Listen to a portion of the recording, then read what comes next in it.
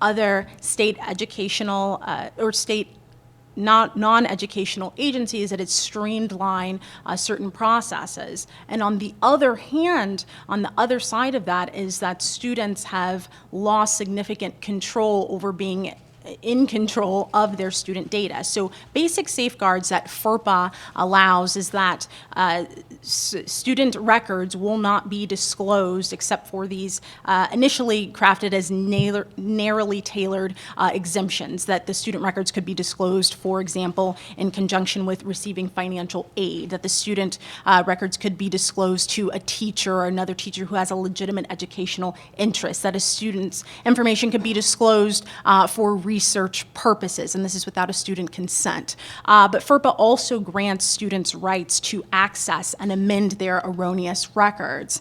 And what's the overall oversight mechanism is that federal funding could be removed from a school that does not comply with FERPA. But it's important to note that the Education Department would first need to give a school the opportunity to voluntarily comply with FERPA. And so you see where the leaves are falling there. If you as a school get a notice from the Education Department that you are violating FERPA, are you going to comply or are you going to not comply? You're going to comply. And for this reason, the Education Department has never lobbied any fines against schools. So right now, there's this movement to strengthen FERPA. And you say, well, why do you need FERPA strengthened? Do you have this law? Well, there are three distinct trends that are going on in the student privacy space. And it's these, what I would call as an asymmetry of increased student data collection, increased student data retention, increased student data dissemination, but with a decrease of the safeguards and accountability. So let's just briefly touch on the collection aspect, and this is showing you why Congress is ever interested in strengthening FERPA. So this is a famous quote for some of you in the education space. So in 2012, the CEO of Newton, which is an ed tech platform, described the company, Newton, as, we literally know everything about what you know and how you learn best, everything. We have 5 orders of magnitude more data about you than Google has. We literally have more data about our students than any company has about anybody else about anything, and it's not even close. Direct quote. So, and earlier this year, by some estimates, there are 161 ed tech investments around the world during the first half of 2015, totaling $1.59 billion. So here we're talking about countless data points, billions of dollars spent on data collection, both on information that a student may expect, like class attendance, whether she attended class that day, to information she may not expect, where she actually is in the school. Information that she may expect to be collected, whether she's passing a note in class. Well, I'm dating myself. People don't pass notes anymore. I guess they text or you're on your GChat.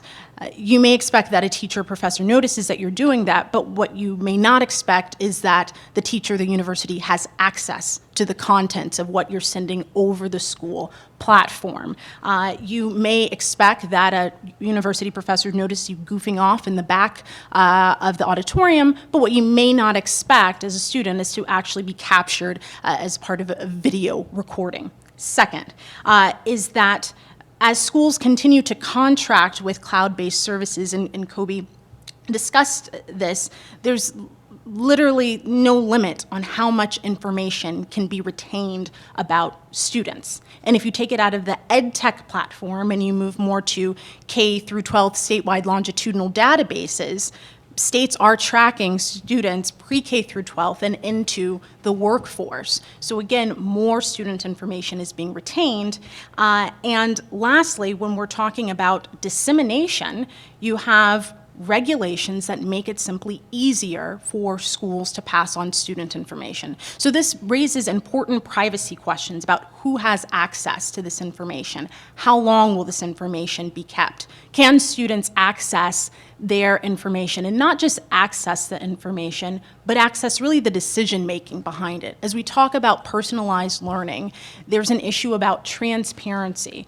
Will students be a part of the process more than just research subjects of schools and companies, but rather to see how the decisions are being made about their future. And it comes down to fairness, and it comes down to due process. And in the greater education policy space with student privacy, it comes to whether we are creating an environment of free inquiry for our students. Can our students innovate and explore in the classroom without all of their information being digitized and disseminated? So Congress, as they are looking to strengthen FERPA and other student privacy laws, are tackling some of these questions, some of the issues of dissemination, retention, not so much collection, but hopefully going forward, there will be efforts to minimize certain data collection. Thanks, Sequoia. Is this working? Hello? Okay. So that's great. And I guess what the concern is with all these rewrites and all these proposed changes to student private legislation, would you say there is a problem? And I will open up to the rest of the panel. Can you give me some examples of what's going on which makes people think that there's this problem going on, that they need to rectify it? Sure. So certainly a lot of the legislation right now focuses on marketing and companies accessing student data for one purpose and using it for marketing purposes. And there are, Epic filed an FTC complaint against a certain company that was collecting student information for scholarship purposes and disclosing this information to business partners. So that's one of the issues. Separate from the privacy issue, you have data security issues. The education space, like others, is routinely grappling with data breaches, massive data breaches. You're talking big universities, you're talking K through 12 as well. Some of the legislation is focusing also on data security. Mm-hmm. Anyone else? Oh, and quick question about biometrics. How does FERPA handle those? So FERPA does define, the regulations do define biometrics as personally identifiable information, but one of the issues here is that you have more entities, some of companies that are not covered by FERPA. I mean, FERPA applies to state educational institutions and agencies that are receiving federal funding, and arguably there is some form of a reach to companies, but not strong enough. So you have a lot of schools that are contracting with private companies to collect biometric information, and that information is simply not protected by FERPA. Mm-hmm.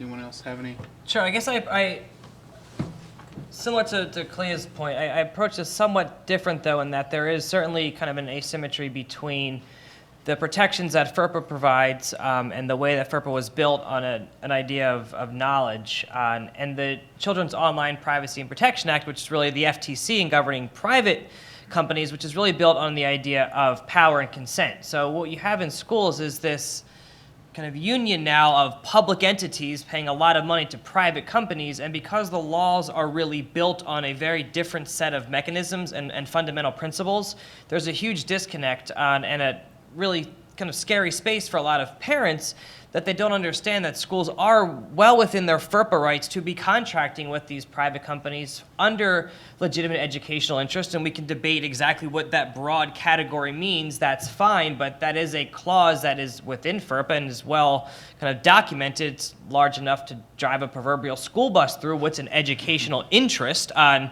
And so schools are well within their right, and it's been kind of vetted by legal counsel that, yes, we can make these contracts as a school system. But in the private space, there is an idea of consent, and that parents have the right to kind of consent to this certain information collection, especially of children under a certain age. So you have this disconnect when schools are contracting so frequently for the very kind of essence of public schooling, teaching, learning, classroom management, accountability to these private companies. So this is the space, I think, where I actually just kind of met with Kathleen Stiles, the Chief Privacy Officer, last week at the Department of Ed, saying, you know, what I think we really need to do is forget FERPA, COPPA as individual entities and really have some sort of mechanism for saying how are these two interacting together in the educational space, and what does that mean? Where are the gaps? Where are the ways that we need to bring these two laws closer together? Because education now is such a public-private partnership that it's really hard to tease apart where it's a public school, where it's a private entity, where is the data being shared. And it takes a really quite robust, legal policy team at a school system to hold a lot of these private companies accountable through MOUs and through data sharing agreements, especially in the world of all this freeware. So it's certainly complex, and the way the two laws are set on different fundamental principles makes for a lot of kind of transparency issues with parents. If I could just add something, the issue really, to me, and I think many would agree with this, with FERPA is that FERPA was not a law designed for today's world. It was a law, it was a privacy law that was designed at a time when computers were not, they were around, but they really weren't being used to the degree that they're being used today. Really the best example, it's not perfect, but if you look at what's happened in healthcare, and people complain a lot about different things in healthcare, but one thing that in healthcare they're doing a lot better, not perfectly, but better, is how they're protecting patient confidentiality and patient records. And one of the reasons is that their version of FERPA, which is called HIPAA, the Health Insurance, I'm going to mess up the name, but anyway, it's essentially the FERPA version of healthcare privacy law, but it is meant for a world in which information is shared electronically. And what it does is it both protects confidentiality and privacy, but also allows doctors and nurses who are trying to take care of a patient to be able to talk and communicate with each other in a way that helps that patient. Much like students need their teacher and their school counselor and their parent to be able to talk with each other about where a student is. And that's kind of a simplified way of looking at it, but that sort of is where I see FERPA being incredibly deficient. And actually, under FERPA, the way I read it, you really can't share information outside of that legitimate educational purpose. Now, Teddy's right. What does that mean exactly? That's where you run into issues. But when I hear a company selling student data, I can assure you that that's not legal. But they may be getting away with it because the current law is lacking teeth. And the other thing that's occurring that's even a bigger policy area is that we're asking teachers and school counselors and principals to follow all these privacy laws, and they're not adequately trained to do it. They don't know what the laws are. They don't have the tools they need. They don't have training on when they are violating a student's privacy. And so those are some of the underlying issues that really need to be addressed. Thanks, Chip. Now that we just thoroughly scared you with the laws, why don't we shift a little bit over to what schools are actually doing with student data privacy. Teddy, I know you with Howard County Schools, you're working with a lot with big data and using algorithms kind of formulate predictions on what students will do and how they'll end up performing in classes. I know before you get into the K-12, a lot of the colleges are actually using things like predictive analytics to decide, what are you likely to complete school? Are you, based on whether you're going to your study halls, whether you're going to participate in outside things? How are you in the K through 12 aspect using algorithms and these predictions to really inform your decisions? So I guess I'll give you a story. There's a guidance counselor software package that some of you may know about that really kind of predicts where students, the right colleges that they should be applying to, and it does all sorts of statistical analysis, scatter plot things, and says, here's the colleges you should be, kids like you will do well here, right? And so from the kind of privacy perspective, on a somewhat philosophical level, I've entered into a number of discussions with the guidance counseling team about what that actually means. To what extent are those predictive mechanisms limiting kids' choices? What if a kid says, I want to try to be that outlier. I don't care what this scatter plot says about where I should be going to school and where kids are like me. What if I want to take a risk and try to apply for something? So in the day-to-day workings, I know this is one of the conversations we have often between the accountability and the privacy and the data teams are, where is that balance between efficiency and use of resources and really tailoring a limited set of resources to the best educational outcomes and making sure that those resources are best used, On the balance of that, though, is to what extent are these tools limiting kids' abilities to take risks, to make choices, to try to take a class that may be above their level, to be that kid who would rather get a C in a harder class than necessarily be the A in a lower class, or apply for something that might not be, within the normal range of that. So, and I know within the school system, my job is relatively new. There's not many privacy officers in a K-12 LEA, so part of what I'm doing is really kind of acting as the voice of these things across many different sectors within the school system and trying to get people to think about how they're using data, what that might actually mean, how it's limiting choices for kids, and how, even though efficiency and these things are important, if we don't have a mind for allowing kids to flourish and risk and experiment, then we're really kind of undermining part of what we should be doing as a school system. And Teddy, who's making these decisions based on the algorithms? And is there any kind of bias that can actually be put into the algorithm that can say, if you're a kid from a lower income, mostly minority neighborhood, maybe you should be doing a trade rather than going to college? Is there something like that can be done in these algorithms that can kind of limit that choice? Sure. I mean, this is a lot of the work that we see in statistics and theoretical analysis of these things, that, a big concern with how we're creating these mechanisms is the biases that we're embedding in them, and to what extent those. So with Howard County, it's not like we write our own, we're a school system that has limited resources. We don't write our own. We don't have, we're not that sophisticated, but we certainly are using software and using other companies that are doing some of these things in data warehouses. And so part of what we are trying to do is make sure that when we are asking these companies to perform certain analytics for us, that we are well aware of the inputs and outputs and how those are affecting certain decisions. And for us, it's really using that data point as only one of many decisions, one of many factors into making that decision. So if the data points to something a class a student might take, a path through school, an intervention that might be necessary, that is really only one piece of a much larger decision that includes teachers and parents and personal observations and anecdotes and all those other things we know as educators are equally important to some score. Anyone have any comments they want to add to that?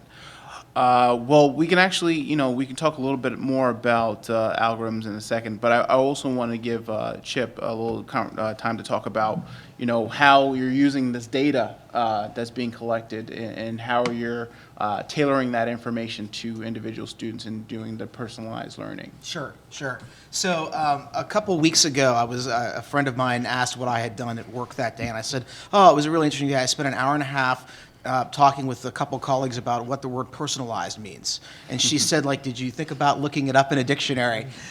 Very good point, and it kind of a silly argument to someone not involved in education. But actually, that is a really big debate in education, is what do we mean when we talk about personalized learning? So this is my take on what personalized learning means and why data is important. So think about it like this. Over time, we've had four models essentially in teaching. The old model, where you think about the one-room schoolhouse where the teacher gets up in front of the room, lectures, everyone does the same thing, they have the same books, they're on the same time schedule. So I call that traditional. Then in the 70s, teachers, actually probably before that, but at some point teachers started getting a little more power and ability to separate some students out and to differentiate in learning. So you may have a class of 20 kids and there's 2 or 3 groups in different stages of math. Some may even be using a different textbook. That's differentiated learning, and there have been some favorable results from that. Take it a step further, and you have individualized learning. This is where it gets confusing with personalized learning. Individualized learning is where you can tailor lessons to a specific individual student. It's sort of a step beyond differentiation. It's very often associated with an IEP, for those of you that are familiar with that. IEPs are something actually mandated for certain students in law. It's an actual plan, an individual student's plan that has to be followed. And I think they're great overall. Sometimes they're not, though, depending on how they're being implemented and in what way. And they also tend to be very rigid and not flexible, or at least not flexible enough. But the goal behind them is great. It's to get this particular student to the point they need to get to succeed. So personalized learning, to me, is the next step. The first three are kind of centered around the teacher and how the teacher is figuring out how to run the classroom.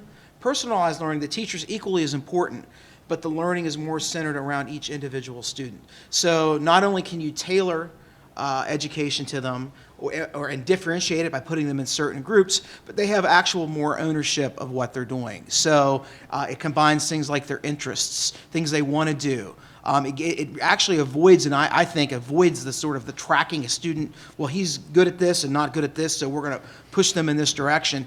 With personalized learning, it takes those things into consideration, but it also takes into consideration what that student might ultimately want to do and what the best path forward is to get them to that goal. And it's mastery-based, it's competency-based. In other words, students aren't being drug along through a particular unit based on how long they've worked on it if they're not ready. You know, if you don't know how to do multiplication, you can't do long division. And right now, in most of our school system, you get to a certain point where you either pass it or you don't, but it's time to move on. So personalized learning it's got more freedom and more flexibility in learning. Now here's why data is so important.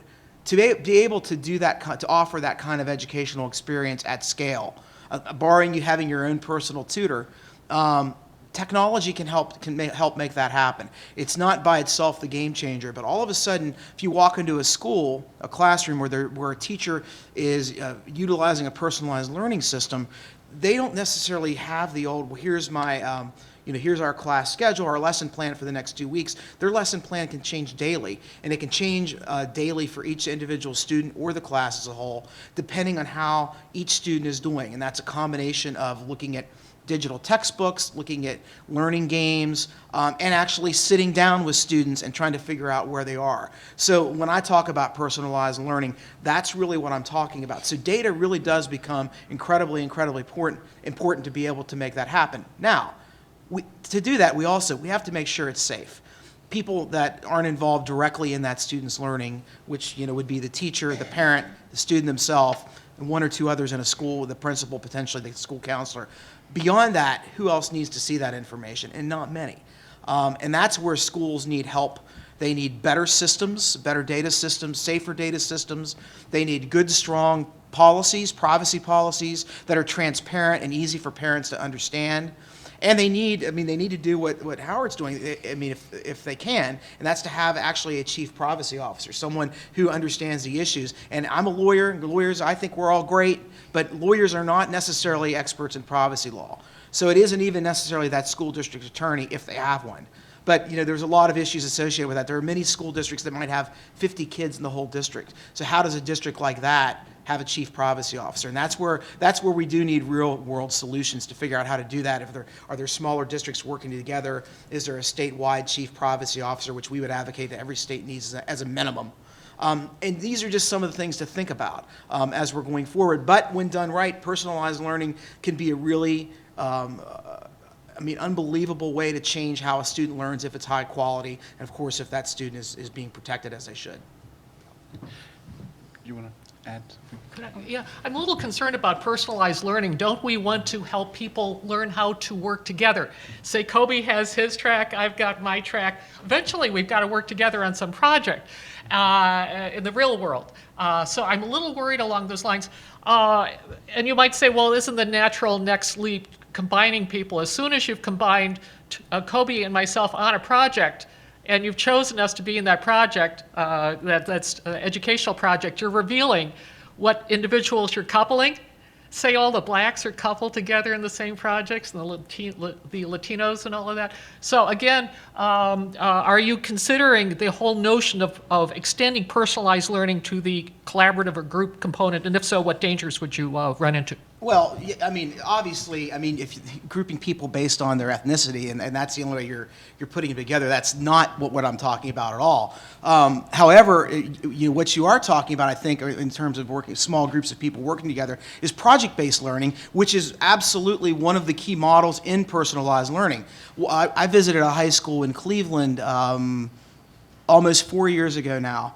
It was a high school in which they were using project-based learning They were combining, students would be in multiple subjects. You'd have an algebra and a chemistry class working together, or an algebra, chemistry, and social studies class working together, and students were grouped based on various reasons. Typically, though, they actually tried to make the groups even in terms of ability, so that students could learn from each other. And so in a true personalized learning system, collaboration and working together is one of the most important things you can get out of it. It's that socialization that can happen, and all of a sudden, students are learning about, well, why are cell phones important and where do they come from? Well, they're learning how a cell phone is made, how it's engineered and manufactured, what chemicals and minerals are needed to produce it, what are the societal effects of cell phones or not having a cell phone, and in those countries where they are producing the minerals or produce them, what about child labor? What about environmental issues? And so all of a sudden, you're taking all of this knowledge in these various content areas and applying them in a real-world situation and helping students learn to think critically. So actually, I would say that getting it sort of your overall base really is what personalized learning should be. Yeah. But you do bring up a point, I think, that needs considered. So I thank you very much, Teddy. So one of the issues I recognize limiting the purposes or those to which the information is disseminated, like it's limiting who has access to the information. But the personalized learning context also raises important issues about limiting some of the data collection, like how much information is enough, because oftentimes it opens the door to say, well, if this certain student likes this color and this is her interest and her parents are from this area and her parents do this and that there's this idea that that all of those should factor into how a student is taught. And there are big questions in this space about the efficacy of all of the data collection. And it's important, at least from a student privacy context, to always remember that correlate, not saying that you're saying this, but in the broader context, there's this false notion, it feels oftentimes, that correlation is causation, that, if we gather all of this data on students and we find some type of link, it's because the student goes to bed at this time that she learns a certain subject better. And so that there needs to be more research into the efficacies of big data in the school context. And what's also very important, in addition to the transparency, it's very helpful for the parents to know what's going on, but above all, accountability. If you're a parent and you read a privacy policy and the company says or school says they will not do X, Y, Z with your information, and they do, what's your recourse? What do you do now if the information either wasn't safeguarded, it wasn't kept in a secure manner, as Teddy was saying, or if it was actually, for 1 year they decided to use it in one context and said, actually, we're sitting on a gold mine here, we want to use it in a different way. So as Congress continues to look at solutions and as states continue to push this envelope forward, data collection, the scale of data collection is an issue that must be confronted, as well as meaningful accountability to students and parents in the K through 12 context, but as well as to students, all students. Wayne, I guess if I put on my kind of philosopher of education hat, which I've done for many years teaching philosophy of education, I guess with the personalized learning and having been a student and a teacher, and I've taught in K-12 in East LA for many years, taught high school English, and part of my concern with, and this is where I think privacy can be this lens to really examine bigger issues, on to what extent does personalized learning, while it can create a great benefit if used well and used for a few minutes a day, for a small point in time, and if we overuse these things and if we rely too much on data, we're really narrowing the scope of education. We're taking what has been a long history in this country of using education to create robust democratic citizens, to be, as Jefferson said, to find the gems in the rubble and to really elevate people through a robust public education. And if that gets narrowed to this point of where we're really going to microanalyze every kid's little ability to play a math game and then move the needle ever so slightly to better algebra scores, the philosophy person in me says, who cares? if that kid cannot participate and have a conversation in a democratic society and have his voice or her voice heard and communicate with others. So as much as I am a proponent of helping each kid through some sort of individualized or personalized learning, I think that the kind of sociology of privacy helps us imagine what this is doing in terms of narrowing the scope of education. And so as much as the data security, and I totally agree that if we're going to kind of analyze when a kid logs on to the learning management system, and is that kid on from 1 a.m. to 3 a.m., and what might that mean about a kid's score? Maybe it means she was babysitting her little siblings and got them to do their homework first and then couldn't log on to her stuff until midnight, until they're sharing one computer as a family. And I taught kids who shared one computer. And so did the fact that my student who was a senior log on at midnight mean that she was a derelict student? Maybe. Maybe it meant she got all of her younger siblings through their classes first and then was the one who got the computer latest at night. And so I do, have a concern if we're just amassing a ton of data on students and what that means when they get to school the next day versus really thinking about this as, I think you're a proponent of using it as a tool, right? One of many different mechanisms. And if used well, it's a really powerful mechanism. If it's used only, then I think it's a very limiting mechanism. And so I think that's one of the ways that kind of privacy helps us unearth some of these kind of deeper rooted issues within this space. Yeah, no, I agree completely with that. And let me just make it clear that one of the great things about having data is, I mentioned a school I had visited, was that teacher was able to sit down and spend a lot more individual time with each student, simply because she did have a little bit of data to look at that she wouldn't have normally had, beyond a homework assignment and a letter grade and a standardized test score, which in one sense is kind of what we see in many places now. This is, if used well, once again, it's just a tool, but if used correctly, the way it's supposed to be used, that teacher, rather than teaching to a test and, we're 9 weeks down the road, we're a semester down the road, or a year down the road, is they're, in one sense, they're assessing that student all the time and how they're doing. And that's where this can be a great, wonderful, healthy thing. But once again, it's how much data, what kind of data, and are we going, I think, digging too far? There's certainly, there's a limit. I think that's absolutely right to how far we go. Thanks, Chip. And you're all right. And I think that is, it is a question, it's a balancing act. But I want to make sure we discuss all the educational topics. And it's funny, we're always very concerned about the K through 12 question and the debate. But somehow kids magically turn into adults at 18, and we forget about a lot of the privacy rights that are going on in higher education. And a lot of the higher education, surveillance and monitoring that's going on is new, but we need to make sure we're cognizant of it, because it can become another situation like K through 12, where we were kind of caught off guard because in Bloom happened, and then we kind of reacted rather than being proactive with a lot of the things that we're doing. So I want to shift it over to Joanne and talk about some of the surveillance that's going on in schools, as well as schools of higher education, as well as some of the issues of third-party companies doing surveillance on students. Quick joke to move us into higher education mode. This is a classroom out of the 1960s. Think Paper Chase. Think Professor Kingsfield. Granted, Netflix. We've got a high-stakes exam going. Students scribbling in their blue books. Okay. Professor says, "Time's up." The students all race to the front, hand in their blue books, except for one student. Professor Kingsfield says, "Please hand in that student that blue book now, or you'll get an F for the exam." The student refuses to do it. Professor Kingsfield says, "Forget it. You fail. That's it." Student walks up to Professor Kingsfield and says, "Do you know who I am?"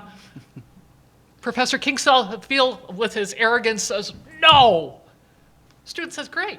Puts his copybook into the pile and runs out. Okay, that's our problem in higher education, okay, in a nutshell. And gosh, if I were, I didn't want to say this, but if I were in my 20s right now, I would love to tackle the problem of how to get this whole problem of online education monitoring solved. in a humane way and all of that. What's happening now? There are a bevy of solutions to online testing. And those of you who are in higher education right now, you know the problems we're dealing with. Faculty absolutely hate cheaters. They hate plagiarism. And we're talking about surveillance and professors possibly doing something about surveillance. I would even like them to do something about due process and all of that when the supposed cheaters get caught. It's not pretty when students are caught cheating. So again, we're dealing with a number of interests here. Of course, we're talking the general theme of third parties. We've got the ProctorU, about a couple of dozen more companies, some of which will be eventually bought by larger organizations to great profit for the originators of those companies, of course. But again, the technical problems are interesting. What biometrics do you choose, et cetera? The United States Department of Education wants to know that the people who are taking online courses and paying thousands and thousands of dollars for those courses are indeed the individuals that they claim to be. It's easy to do some swapping along those lines. Remember the Professor Kingsfield situation. And also, administrators would like to know, to some extent, what's going on in classrooms along this line. So I'm going to talk a little bit about the online testing problem. I'll work very quickly. I know we've got a time limitation. And of course, some of the other issues concerning the surveillance of students and also faculty. Okay, this is the beginning of surveillance along those lines. So what kind of biometrics are taken by the companies that are tracking individuals' test taking? The knuckle measurements, yes indeed, as well as facial measurements, biometrics are taken, but also systematic cheating movements. And we're dealing with all sorts of cultural expectations, cultural issues that terrific last panel by Dr. Jared Wall brought up those issues. Is an individual who looks down a lot, cheating. And if you're not capturing the fact that people in some racial or ethnic groups look down a lot, you will be false identifying a number of individuals, false positives, who do not have cheating in their agendas, et cetera. The person who's taking, we had the example of the individual who's doing that exam at 1 to 3 o'clock in the morning and all of that because there's only one computer available. What if her kid wakes up, walks behind her and says, "Mommy," or something like that? That is tracked, honestly. That is tracked by some of the testing services out there. And a little notation is made. This is a possible cheating attempt. If you look at a cell phone, maybe waiting for an important call, this is a possible cheating attempt. Some poor overworked professor, okay, is going to have to look at all these and sort them out. Not a pretty situation along those lines. And of course, the issues only accumulate. What if we do acquire a list of people who are potential cheaters? Do we want a cheaters list? Some companies would like to hire from that list. It might be a very pricey list. Some companies, not so much. Do we want people to live with that onus, the cheaters list? Now, we were talking about privacy policies. ProctorTrack has one that allows it to hand over material to third parties. So we're not only talking about a third party to another party. We're not only talking about third parties, but fourth parties, and fifth parties, all of which will have to be mapped somehow. Especially, this is all especially important if we get to those cheaters profiles. So Rutgers had a run-in because of some very good student reporting along these lines that eventually got to the New York Times, some very brave students along those lines. It created the opportunity for in-person test for $40. For $40, you could buy your freedom from the testing eye along those lines, which of course offended some students. And of course, there's all the issues with disability, and I hope to connect with a few of you with whom I connected previously about disability issues. Huge issues about individuals who have anxiety. Will this add to their anxiety, et cetera, et cetera? So lots of issues. The big one, should universities declare when they are making you pay for your tuition? Yeah, we're going to test you. We're going to do such and so with your data. Your data will be erased or not after a certain amount of time. These are the parties we're working from. Is that going to be in your awareness when you sign that check for your tuition? Or will it be buried maybe at the bottom of some syllabus somewhere? And we're talking all schools that are doing this. We're talking about higher education schools across the board because cheating is such a huge issue along those lines. And yes, five minutes. Okay. Scrubbing Twitter for ACT, SAT, GRE questions and all that. Another huge issue that's emerging in terms of the kind of privacy students have. Do we want these educational testing services, which of course are huge business, to be scrubbing our students' data, et cetera? But faculty and staff monitoring, here's where the fun begins. There's all sorts of classroom monitoring when we think of our online classes, what words we use, what can be taken out of context.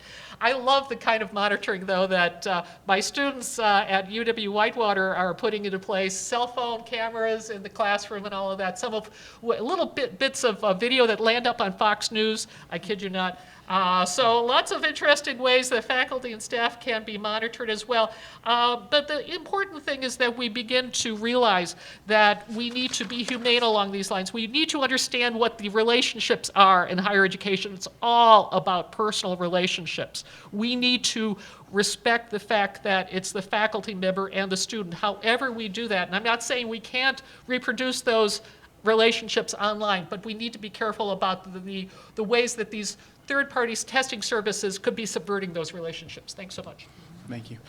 And if you want more, before I go to questions, if you want more information about FERPA or COPPA or any of the other student privacy issues, there are resources available.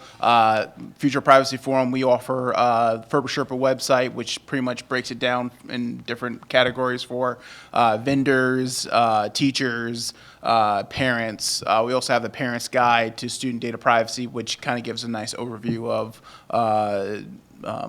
the issues of FERPA and what they should know. We're going to come out with a teacher's guide, an educator's guide later this year. And that's enough of my shameless plugs. Anyone else want to do a shameless plug? Epic.org for Epic.org. all of your student privacy. We also keep a robust archive of our past work and current developments on the state front, as well as various lawsuits or complaints or just issues emerging, student privacy issues, epic.org. You can just look me up on LinkedIn if you want. He has like 8 jobs. It's Pick hard one, to say hi. And we've got, if you go to the Alliance website, we have a couple very short papers, one on data in general, how education data is used at the school, district, state, and federal level.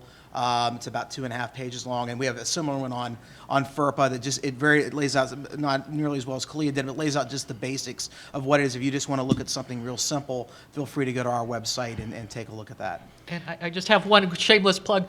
I've written a number of articles on gaming academia, how students and faculty are gaming the system in terms of some of these elements. And also, I just published an article as well on gaming Google, how we subvert Google in so many different ways. So gaming and Oravik will get all of that.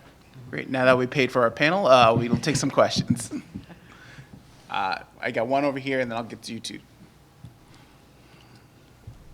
Thank you. Hi, I had a question about the concept of consent in an education environment. So, I mean, a couple of people have spoken about the student consenting to a class, or maybe when you sign your tuition check for higher education. It seems to me that, at least for kids, the consent is almost, it's not up to them, right? We don't have good legal frameworks for consent for minors. The kid in the classroom is asked, hey, do you consent to this? And it's like, if they say no, what happens? What are the consequences? And so I wanted to know if people have an answer for how you approach consent in a context where you know you're dealing with minors who have a difficulty legally giving consent. And given that context, what do you see as the consequences for the normalization of intense surveillance, right? We're talking here about how do we give these kids a great education. We know this is for their good, or we hope this is for their good. But the result is that they come out of schooling with a data trail that's a mile long and an expectation that their supervisors will heavily surveil them. So even if they didn't have consent, going forward, they now have 12 years of experience being coerced basically into these systems. So how do we even if the goal is to improve education, how do we deal with these follow-on consequences based on the difficulties with consent? Just a quick notion about consent. A lot of the consent literature in my area has been built upon the Turnitin cases, and Turnitin has been able to support itself and fight all these legal challenges and all of that through the years, and it's become the default. If you take certain classes, even in my institution, your papers are read in to Turnitin. The students lose copyright. No one can seem to defeat that claim that Turnitin has, that it's a perfectly legal thing, and the consent has somehow been wrought through the educational context. So I think from the K-12 space, in terms of, you kind of have two issues you're grappling with. One, in terms of consent and kids, especially under 13. And we handle that in our school system two ways. One, if it's an enterprise level system that we have a contract with that we then consider as part of our FERPA, we don't really ask for consent to use our learning management system or our student information system. We pay lots of money, have legal teams review the contracts. There's 20 pages of data agreements and all sorts of protections. The issue are all the freeware that teachers can use. And so the way we handle that within our small little world in between Baltimore and DC is that we have a list of authorized programs that we allow teachers to use, and then we ask parents to provide their consent to those programs, so that we are informing our parents and saying, here, your students in this school uses these 10, 12 sorts of software or cloud-based programs, and so parents kind of sign a form that says, yes, we consent to allow you to use these, and we then have conversations around what that means. In terms of the second question, the surveillance state, the long trail of data around kids, to me, this is where the privacy advocates really have to step up and say, how much is our job really protecting the dignity of kids and the ability to make mistakes, to be creative, to take risks, and not have that trail follow them, right? If the data is used for a particular class, for a particular tool in that moment, can we put enough protections in place that says that's it? We've paid for your service, you've used the data, you've given us our feedback, and then that's now ours and we're done. And that's where the kind of FERPA issue comes in terms of this being really technically students' and parents' data that schools are the stewards of for a time being. And that's a shift, I think, in thinking that really needs to be made more aware at the ground level. We have time for one more very brief question, and then we'll wrap up. Go ahead. If you have a loud enough voice, you can just say it. Just for the webcam. Yeah, I understand. What are the rules governing sharing information about students with law enforcement? One of the big issues that has sort of landed on my plate recently is the idea of using tracking software to identify students who may be radicalized. So this is, there are 5 counties, they're running something called Impero, and it's supposed to identify potential radicalization. What are the rules? Fourth Amendment? Excellent question. Excellent question. We had- I'll take that softball question. No. If we're looking at FERPA as a framework, FERPA has a discrete exception for what's called education records. And that education records under FERPA, they do not include records that are compiled by the law enforcement unit of a school for law enforcement purposes. So in that sense, under FERPA, those records aren't protected. There aren't any types of limits to which a school could further disclose that information. From a Fourth Amendment context, and as well as a First Amendment, because you have a lot of law enforcement that are just looking on social media and impacting students' rights.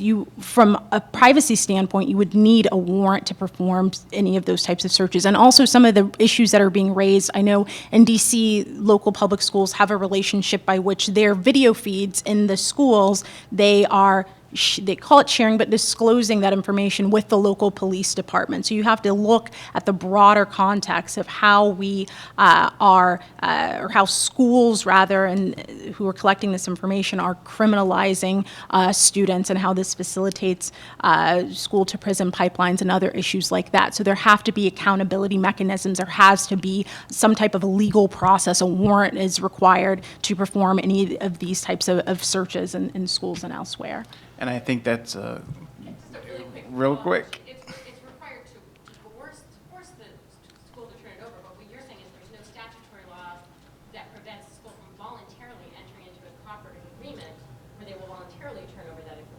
Correct. Yes. If education records, which is a film of a kid in a classroom, are turned over to law enforcement, then they lose all the FERPA limitations. That means the student has an absolute right to see the data, that it isn't confidential law enforcement. I mean, FERPA sets up this discrete thing where if it's a law enforcement record and it never is shared with the education Correct. officials, then it's treated the way law enforcement records are generally. But in a situation where they take an education record and turn it over to law enforcement, then FERPA says the parent and the child have an absolute right to see that record, and that's something law enforcement generally isn't excited about. That was awesome. So I'd like to thank the panel for being on this, and I hopefully we can do it in the future. And thank you very much. If there's any other questions, please see us afterwards. Thank you. That was amazing. Wow, the audience, we have experts all over. Yeah, right. They're not used to that way. Yeah, I would be very opposed to that. It is asked the question whether all the rules that apply to institutions. They're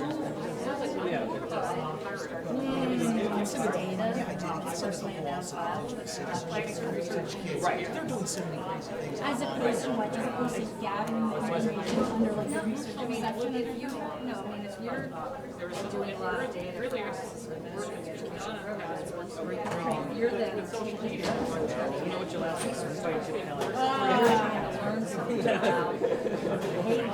Oh, they did a great job.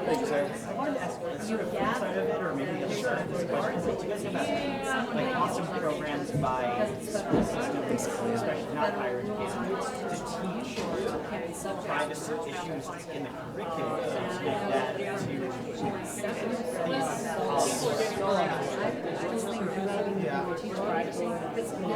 Professor George had a whole curriculum like for not for science. No.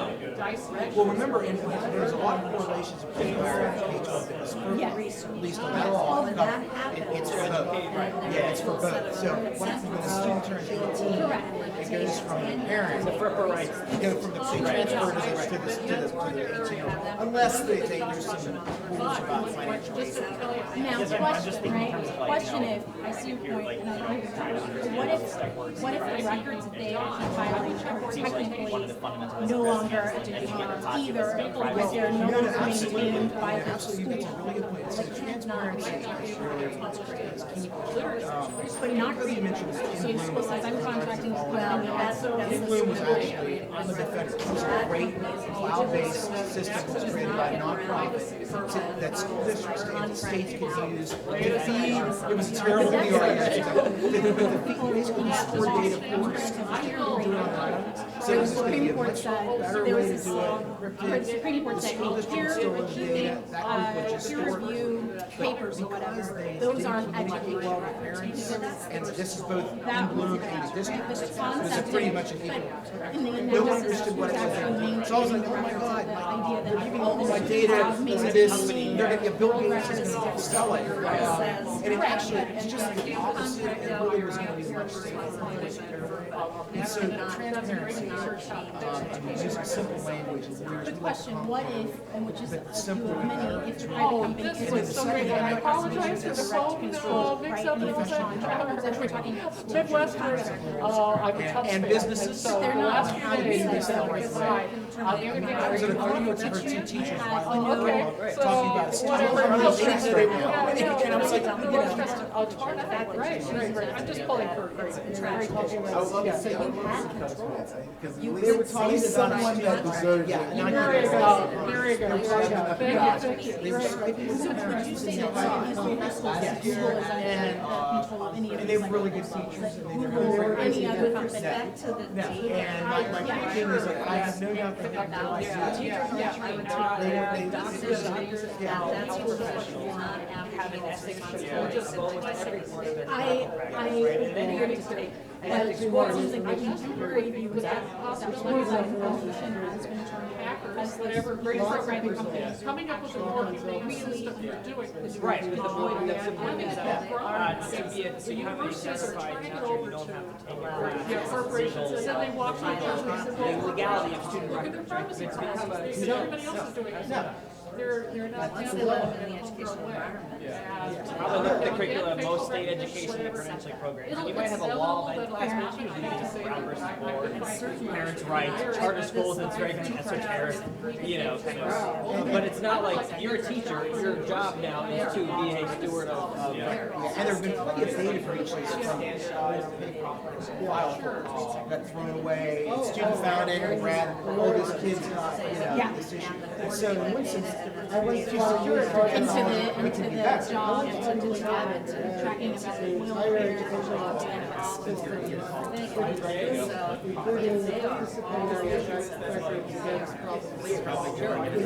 if you want this data, this is what I think, curated. But it seems to me that looking at like the banking industry does, there's software. You know, they have breaches sometimes. now we're focusing on hiring. I mean, my bank is not that.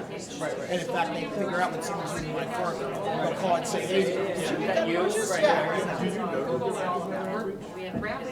Well, they've never had a File systems. I mean, fair enough. But, I mean, you know, we know about there's probably a million attacks. So in that context, it's hard, actually, Give you the one less. I would love to have my students have this job. I think they're Yes. And I was a government contracts. I was a government contracts lawyer, and if it didn't have that, there would be a serious problem with contracts. Right, and then you have to give the school first. There's a lot of contracts. You have to have a breach plan, right? If there is a breach plan. So, but these are new. I mean, this is time on their hands. there's not many of these. There needs to be more. I did make this So job. that's a fascinating thing about the hierarchy. If I was a contractual worker there for 6 months, and they want you to take a hire. You did all the tech. There probably is. Yeah. Fordham does a lot of stuff around that. Yeah, you guys gotta start, yeah. It was nice meeting you. Here's my card. Okay. Yeah, sure, shoot me an email. Yeah. Pleasure, absolutely. Yeah, I've seen your name in 1,000 things, so. Oh, Daniel, pleasure to meet you. Bless you for all of your hard work. Oh, that's not mine. There we go. Oh, wonderful. All right, I'll shoot you an email. Yeah, great. I I do. Yeah, Fordham Law School. Joe, thank you. He was asking, he's doing research on K-12. Joel, and then Reidenberg,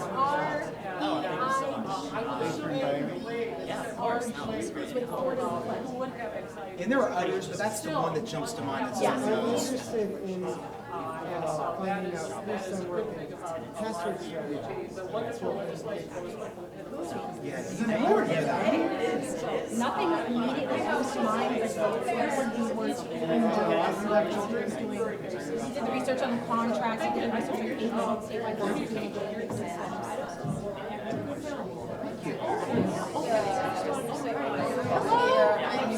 Oh, Wendy! Nice to finally meet you. Yes, it was out of pocket for that month.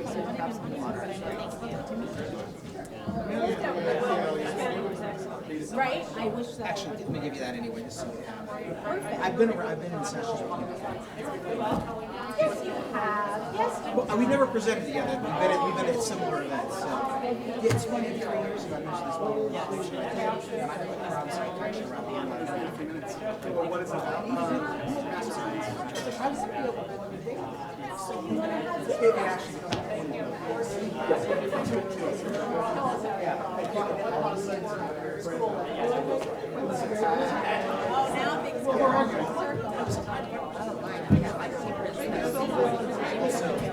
Oh, I don't think I'm actually going to be using it.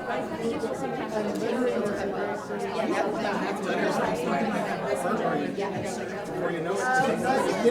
This is a draft of that's the name. And we'll say how to put things here. And I was like, oh, let's check that out.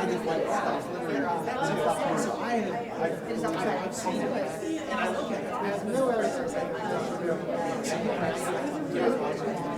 think it's actually Yeah. so I think that without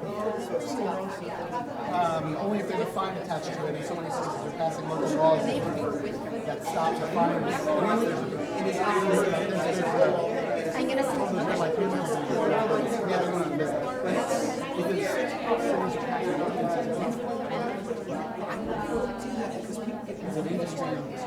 and then we're going to sort of like jump into this. So like, what do you think should happen for something much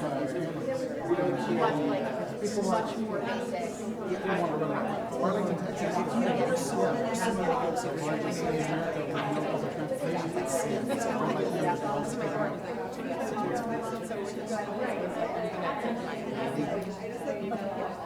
And it gets to the justice centers versus, interestingly enough, they've never let us, law enforcement, use the red light images for anything else. Where does your husband live? There are places that are doing it in crash. No, that's just for money. I mean, they used to do that. They could be used for underlaw. Yes. Unless they call it go in and just say it wasn't raining. Yeah, even if they have a picture of it. That's not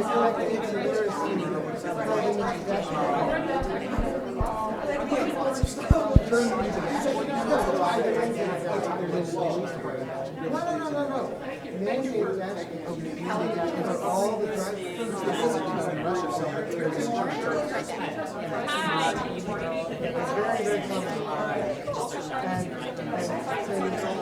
the U.S. they actually get yes. Ours do we're going to have some if you want to. When I arrested females, first thing to do was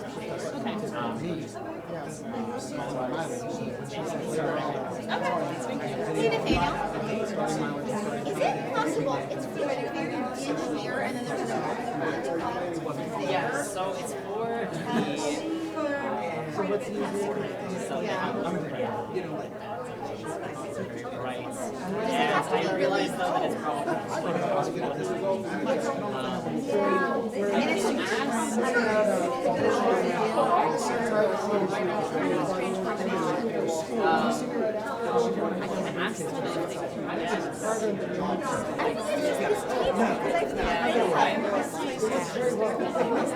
Yeah, I think you're going to use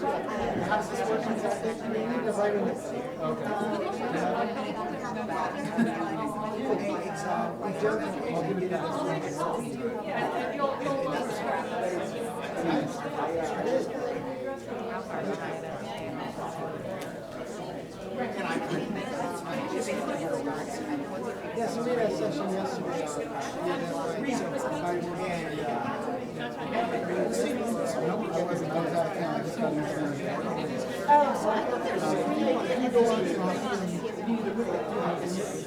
So, yeah, I guess we're just going to try to show and then we All right, yes, thank you. Anyway, it's such a big issue. But I wrote a whole long thing on right.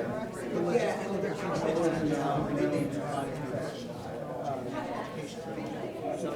there's so although I sometimes try and get into the culture of politics because it's sort of unseen. Two quick questions. So I think we're probably going to try to get started, right? Because okay. And could I ask you to do a quick favor? Because it's to get classes on their job. They simply remote, whatever works. Something that'd be awesome. Oh, thank you so much. Good afternoon.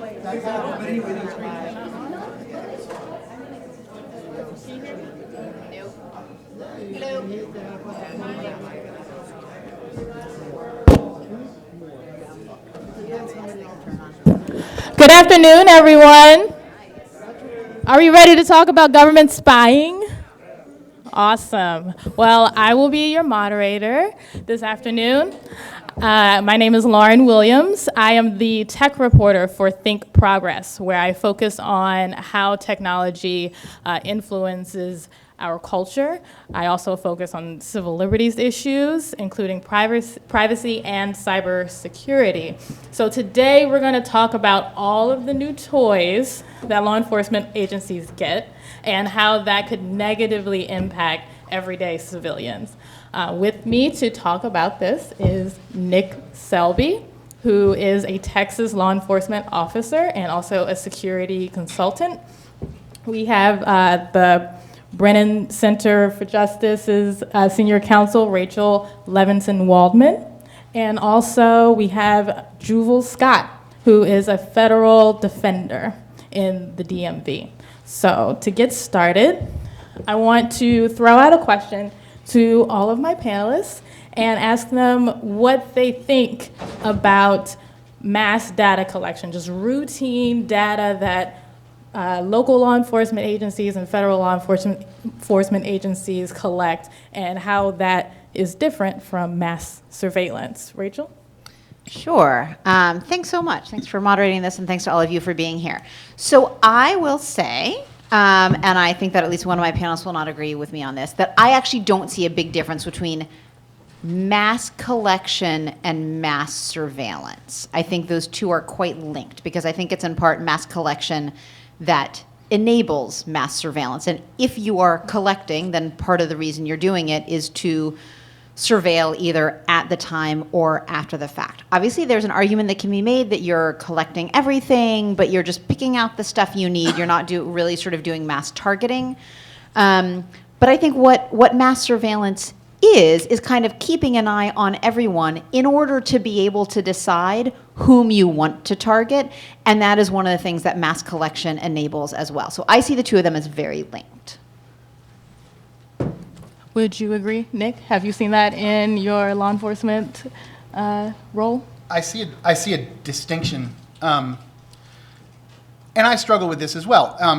In addition to being a police detective down in Texas, I'm also the CEO of a company called Street Cred Software, and we sell intelligence systems to law enforcement agencies. So I think about this kind of a lot.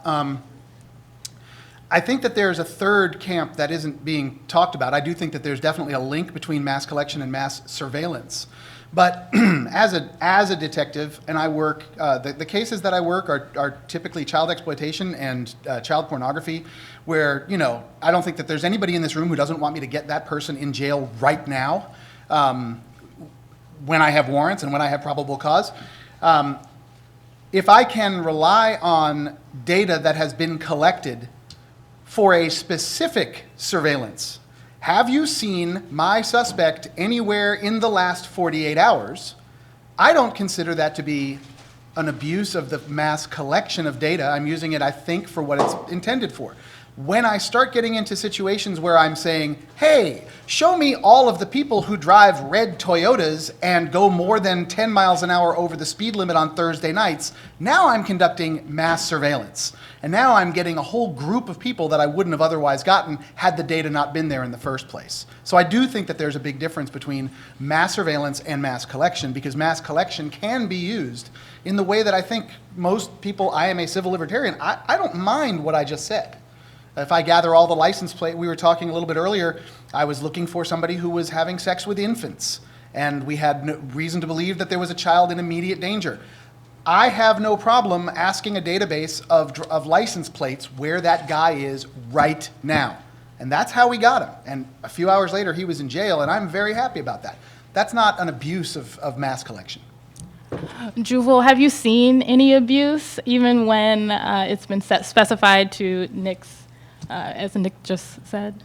I think that the problem, as I see it, is that it's not necessarily that contained. I appreciate that Nick and his colleagues are doing more contained requests and therefore getting very limited information, but most of the requests aren't that contained.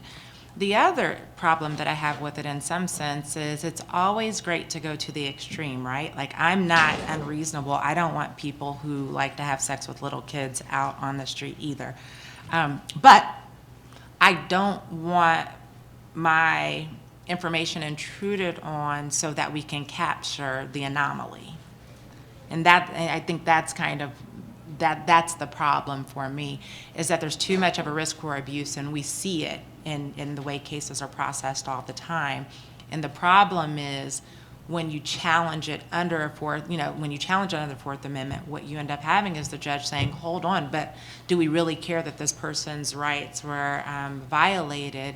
After all, he really is a bad guy. And I don't disagree that there's a very high possibility of abuse when you have a gigantic database of all of the license plates in America and where everybody is. That is something that, if you take it directly to the edge case, which I think we should do, the potential for abuse is very high. I think that the way my agency works with very, very strict. We don't do any subpoenas. We don't do any administrative orders. Everything we do is with a search warrant. With every single case I have judicial oversight, and often I have to have what devolve into Talmudic debates with the judge to talk about like exactly how I got what I got, because usually I'm getting cyber clues, and that's kind of hard to explain. But I think that the volume of cases on the local and county level, where we are in fact looking for things like child pornographers, human traffickers, drug dealers, people wanted for assault or armed robbery, carjacking, these kinds of sort of run-of-the-mill crimes that don't sound very sexy, the sort of suck and blow of everyday policing. A lot of the technologies down at our level are really useful because it doesn't sound like much, but to us and to the community, it is a huge deal. Somebody sticks a gun in the face of somebody at the Dollar General, they want to know why we don't have them in jail. And I'll take anything I can get, pretty much, as long as I do it the right way, which is with a warrant. So when do, did you want to? If I could just, again, I'm not anti police work. I think that the work that law enforcement does is incredibly valuable. And we were having this conversation earlier, and I think perhaps my perspective is a little bit tinted by the fact that I work in federal court. So where and I know nothing about it. State agencies feel as though they're limited. As a defense attorney in federal court, there are no such limits. Yeah. And so, my viewpoint is it's not as limited as him saying, okay, I'm trying to isolate this person who assaulted the old lady downtown in the community. I'm representing someone who gets pulled over on an ordinary traffic violation, has cash, for instance, maybe has come over the border at some point, but not with cash. And then all of a sudden, I'm getting every time he crossed the border from the federal government within the last year, even though he lives on the border and there's no law that says you can't go back and forth over the border. And that is what's being used to then prove that my client has done something wrong, when in fact they have no evidence to that effect. And none of their evidence points to the actual allegations in their complaint or their indictment. So I do think that there is a difference when you start to allow the federal government to come in and do these, because folks, they have no limits on what they can pull on you. It's scary. It is scary, but I will say one thing without getting us into a rabbit hole. Borders are these magical places, and doing child porn, borders are the best thing in the world, because child pornographers take their porn with them in their laptop, and at a border, all bets are off. Your privacy, you don't have any, and you are basically, if you're saying I want to leave or come back in, you are opening yourself up to searches that are not covered by people who are already inside the country. The borders probably, I mean, I get what you're saying completely. I'm more concerned, in fact, with the kinds of asset forfeiture laws that allow me as a police officer, upon seeing that pile of cash, to say, oh, let me take that and your car, thank you. And I really don't have to prove much under the laws. I mean, not in my agency, but under the laws, it's pretty vague. But borders, and that gets me a little bit back of, if we're not looking at the license plates, or if we're holding on to the license plates, first of all, I don't see being able to flush out my license plates. I know ACLU wants me to hold them for something like 30 days. I don't understand how you can have a retention period measured in days when you have statutes of limitation measured in years. I don't understand that. And I guess that was one of the pieces that I wanted to pick up, especially connected to what Juval was saying about, there's a defendant, there's a suspect, and there's a year's worth of data to look at. And maybe that data is being pulled to make allegations about something that aren't even sort of the subject of the charge. But even if they are, I think it's problematic to have that range of data available for law enforcement or anybody else. I don't contest that it might be useful. And it might even be useful in the case of serious crimes. But I think that's not quite the question for a couple of reasons. One of them is one of the points that Juval was making, that these cases basically come down in the context of, they're criminal cases, right? So it's suppression hearings, it's various other kinds of motions. It's people who at least usually look guilty of what they're charged with. They may or may not be, and there may have been, various sort of decisions that went into deciding, whom to target, what kinds of cases are you focusing on, those sorts of things. But judges are certainly very much swayed by the fact that they can see, oh, this person seems to have committed this crime, or there's this criminal history, like, well, I don't want them on the street, so let me figure out some way that I can say this is okay for them, which then bleeds over into this is okay for all of the rest of us. But then I think more broadly, thinking about sort of how long we hold on to information.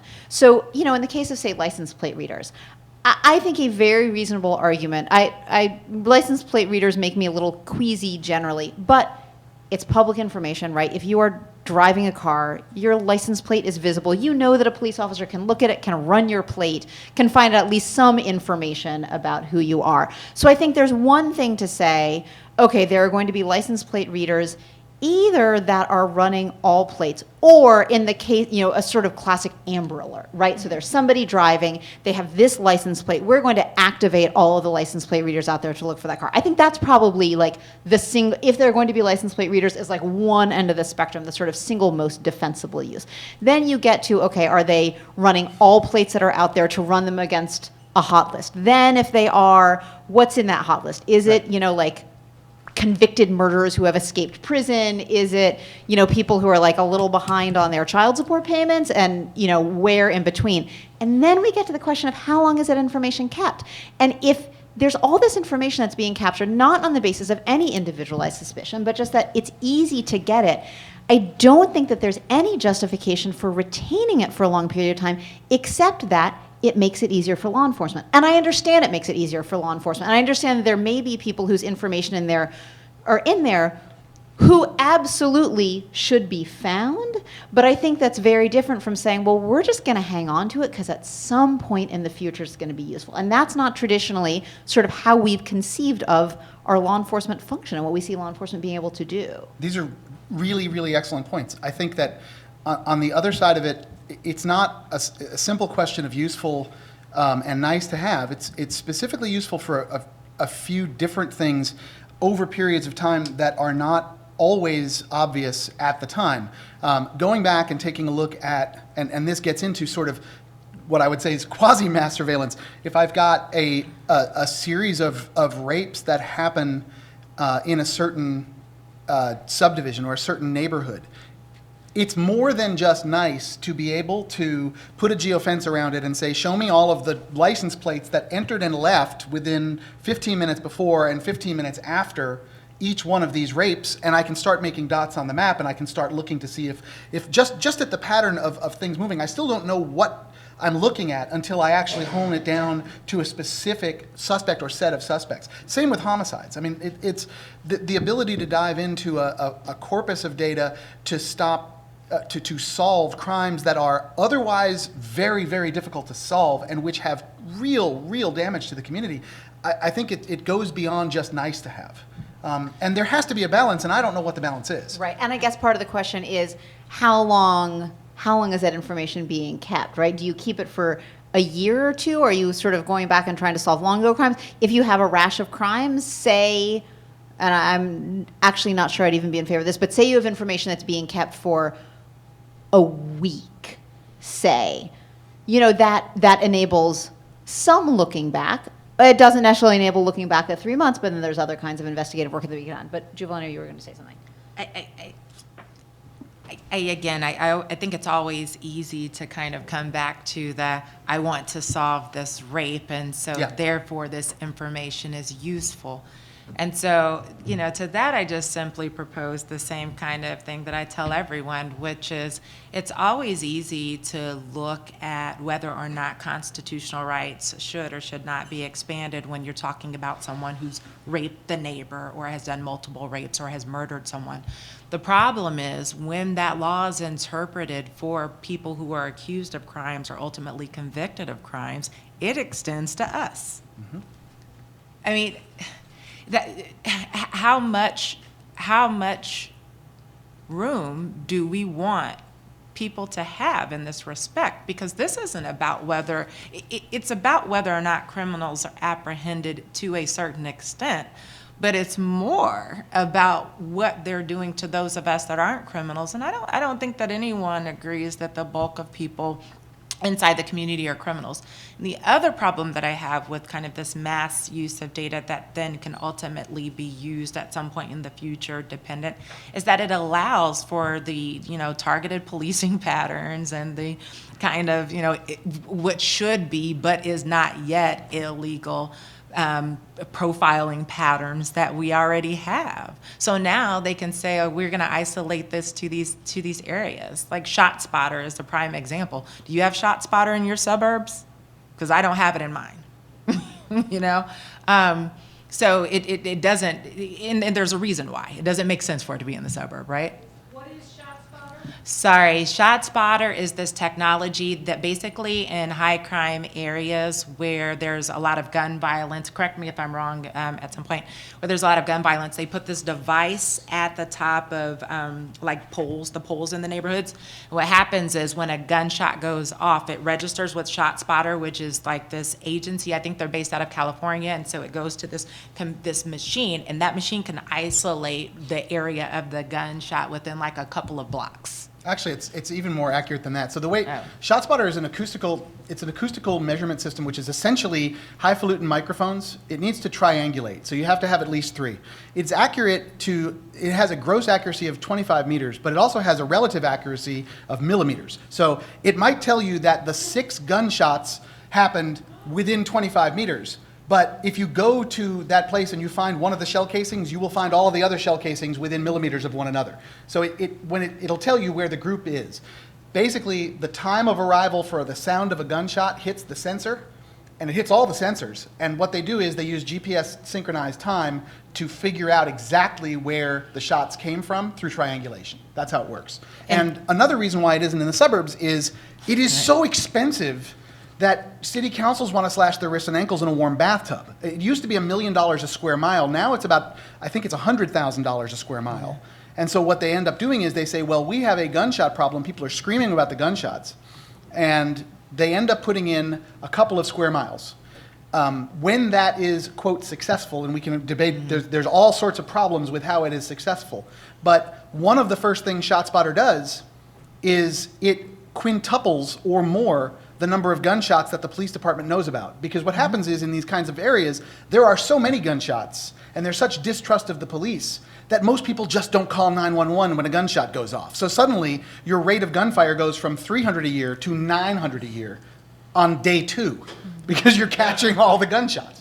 And that's one of the problems. Well, but kind of in using that as an example, so I agree that it shouldn't be in the suburbs. The cost-benefit analysis wouldn't make sense. But so this is in primarily high-poverty minority areas, right? But what ultimately happens, and I love that you narrowed it down to millimeters, is because in every case that I've had ShotSpotter technology on, they've not even been close to where the shots were. They've been so far away, and they've apprehended and harassed and illegally searched. I've had evidence suppressed based upon these searches. Dozens of people, even though they have the technology, know exactly where the shots were. But your statement was that, and I really thought this was very important, the officers weren't using ShotSpotter the way it's supposed to be used. Correct. They were using it basically as a pretext to get into a certain neighborhood and saying, hey, there were gunshots near here, turn around. Exactly. Which is, really bad. Exactly, and I think that that's where we kind of can get into, not just ShotSpotter, I use that as an example because it's something that's so concentrated, but like expand it to some of these other things.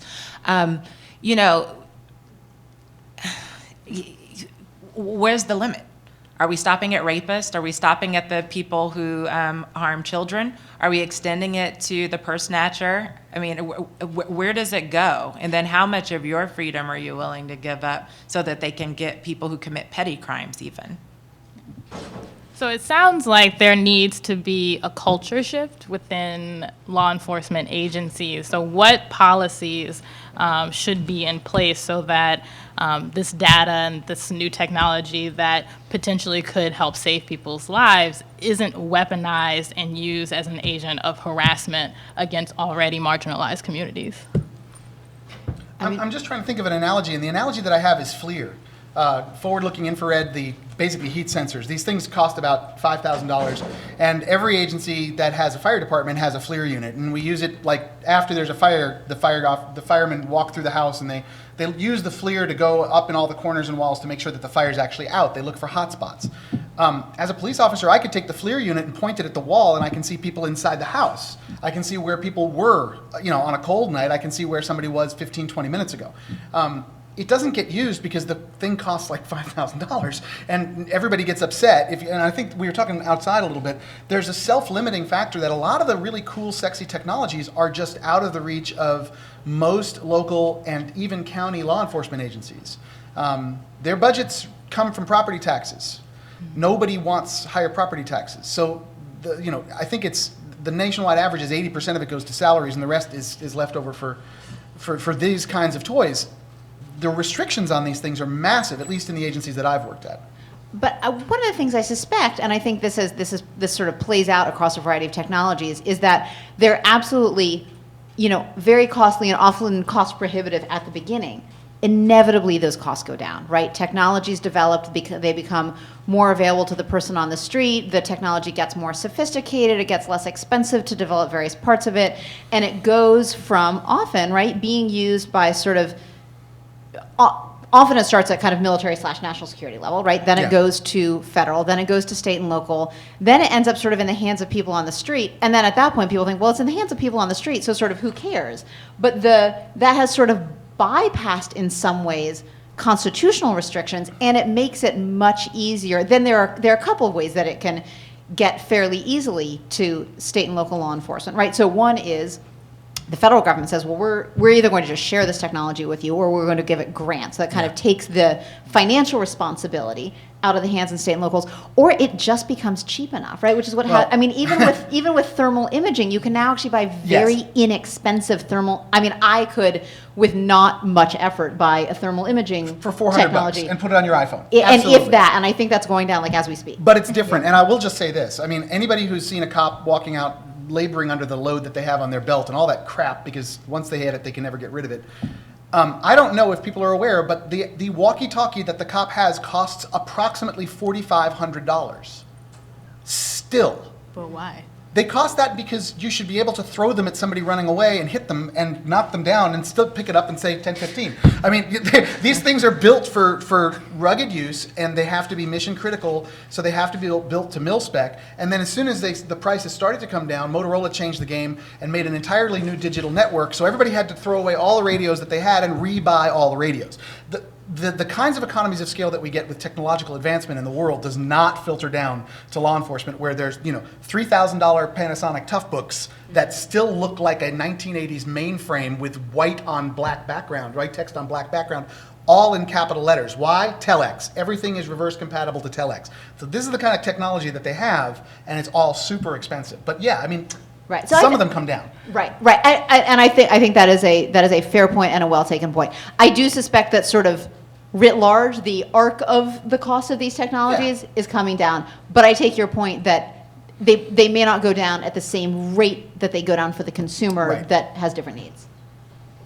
So is this just an inevitability? Should we just, as citizens, should I just accept that, everything I do could potentially wind up in a giant server of my local law enforcement? I hope not. I mean, it's why I urge people who practice criminal defense to continue to fight against these things. And, there are cases and there are instances where in the criminal context we're winning these cases. and warrants are being required in some jurisdictions. Just recently, like out in California, Fourth Circuit, California just actually had the law signed. Jerry Brown just signed in the law in California that warrants are required before they can do this to get the stingray things, and that's progress, and that's great. Then I think that what we as citizens should insist upon is that to the extent that our information is inevitably collected, that there are limits and serious limits on it. And I think that for the most part, it ends up being challenged in the criminal context because, again, ordinary people, like how would you get into court typically to challenge this? And so if you're doing criminal defense work, you have to challenge it because even if you, for whatever reason, believe that your client doesn't deserve the break, you do. Yeah, I mean, I would certainly say I don't think we should, and I would hope that we're not going to sort of say, oh, sure, we just know the stuff is being collected all the time. That is what it is. And I want to take a step back and sort of tease apart or articulate a couple of the strands of why I think it's problematic, which probably won't be a surprise to many of the people in this room. One is, especially when we're talking about collecting a lot of information and keeping it. If you're talking about even potentially even a couple of days worth of information, certainly when you're looking at a week, 2 weeks, a month, or a year, the ability to go back, and I would love to hear Nick's take on this because this is one of the things that we were talking about was, okay, what's the value to this information? But being able to go back and, reconstruct aspects of somebody's life, a Supreme Court case, sort of talking about like a day in the life versus a way of life, that you can extract so many pieces of information and so many inferences about where somebody goes, who they're going there with, what they're doing once they get there, and the ability for anyone. I mean, we often talk about this in the context of what the government is doing, certainly in terms of what commercial applications do, what industry can do. But even just thinking about the governmental side of it, the power of being able to get that information. Certainly thinking about the abuse. Certainly thinking if the government decides that they have a particular activist, a particular agitator in their sites, the power of being able to get that information. But then also, and again, if we're thinking about sort of a database of information, what it means even just to be able to pick out a particular moment in time. Maybe you don't have to say, oh, I can sit down, I can do big data crunching, I can elicit the inferences that you belong to a certain party based on what you're doing, but that you could literally find an embarrassing moment, a sensitive moment, a moment that could be used to target somebody, to harass somebody, to blackmail somebody, simply to reveal information that they consider private. But I don't think that we can stop just at saying, well, if you're not collecting it and keeping it for a long time, that's okay. Or if you're keeping it for a long time, but there's like a high level of process, there's a warrant before you get to it, that's fine too. In part because I think those databases are ripe for abuse. But I think even just for people knowing, okay, there's something watching all the time. There's a camera watching all the time. There's, cell phone information that's being collected all the time. My license plate is being captured all the time. Even if it's not being kept for a long period of time, I think there's a really significant chilling effect. And I think there's also just questions about, is that congruent with living in a democratic society? I actually don't disagree with most of what you said. Walmart keeps its video for 90 days. I worked a lot of cases with Walmart, like organized retail crime. And, they get hit for like hundreds of thousands of dollars. And they say 90 days later, tough noogies. That is an interesting data point for me, that Walmart, which does vigorously prosecute, considers 90 days to be basically, that's when the juice isn't worth the squeeze anymore in terms of data retention and video storage, because video storage is just hugely expensive. I think that when we look at a day in the life, so first of all, I think, and I think that my chief would, and everybody I work with would agree with me, that requiring a warrant for every single datum I access is totally not just reasonable, but I think that should be the minimum level of effort. I don't see why I should not have to go to a judge and explain exactly what got me to the point that I think that this data is the right place to look for this particular person doing this particular thing at this particular time.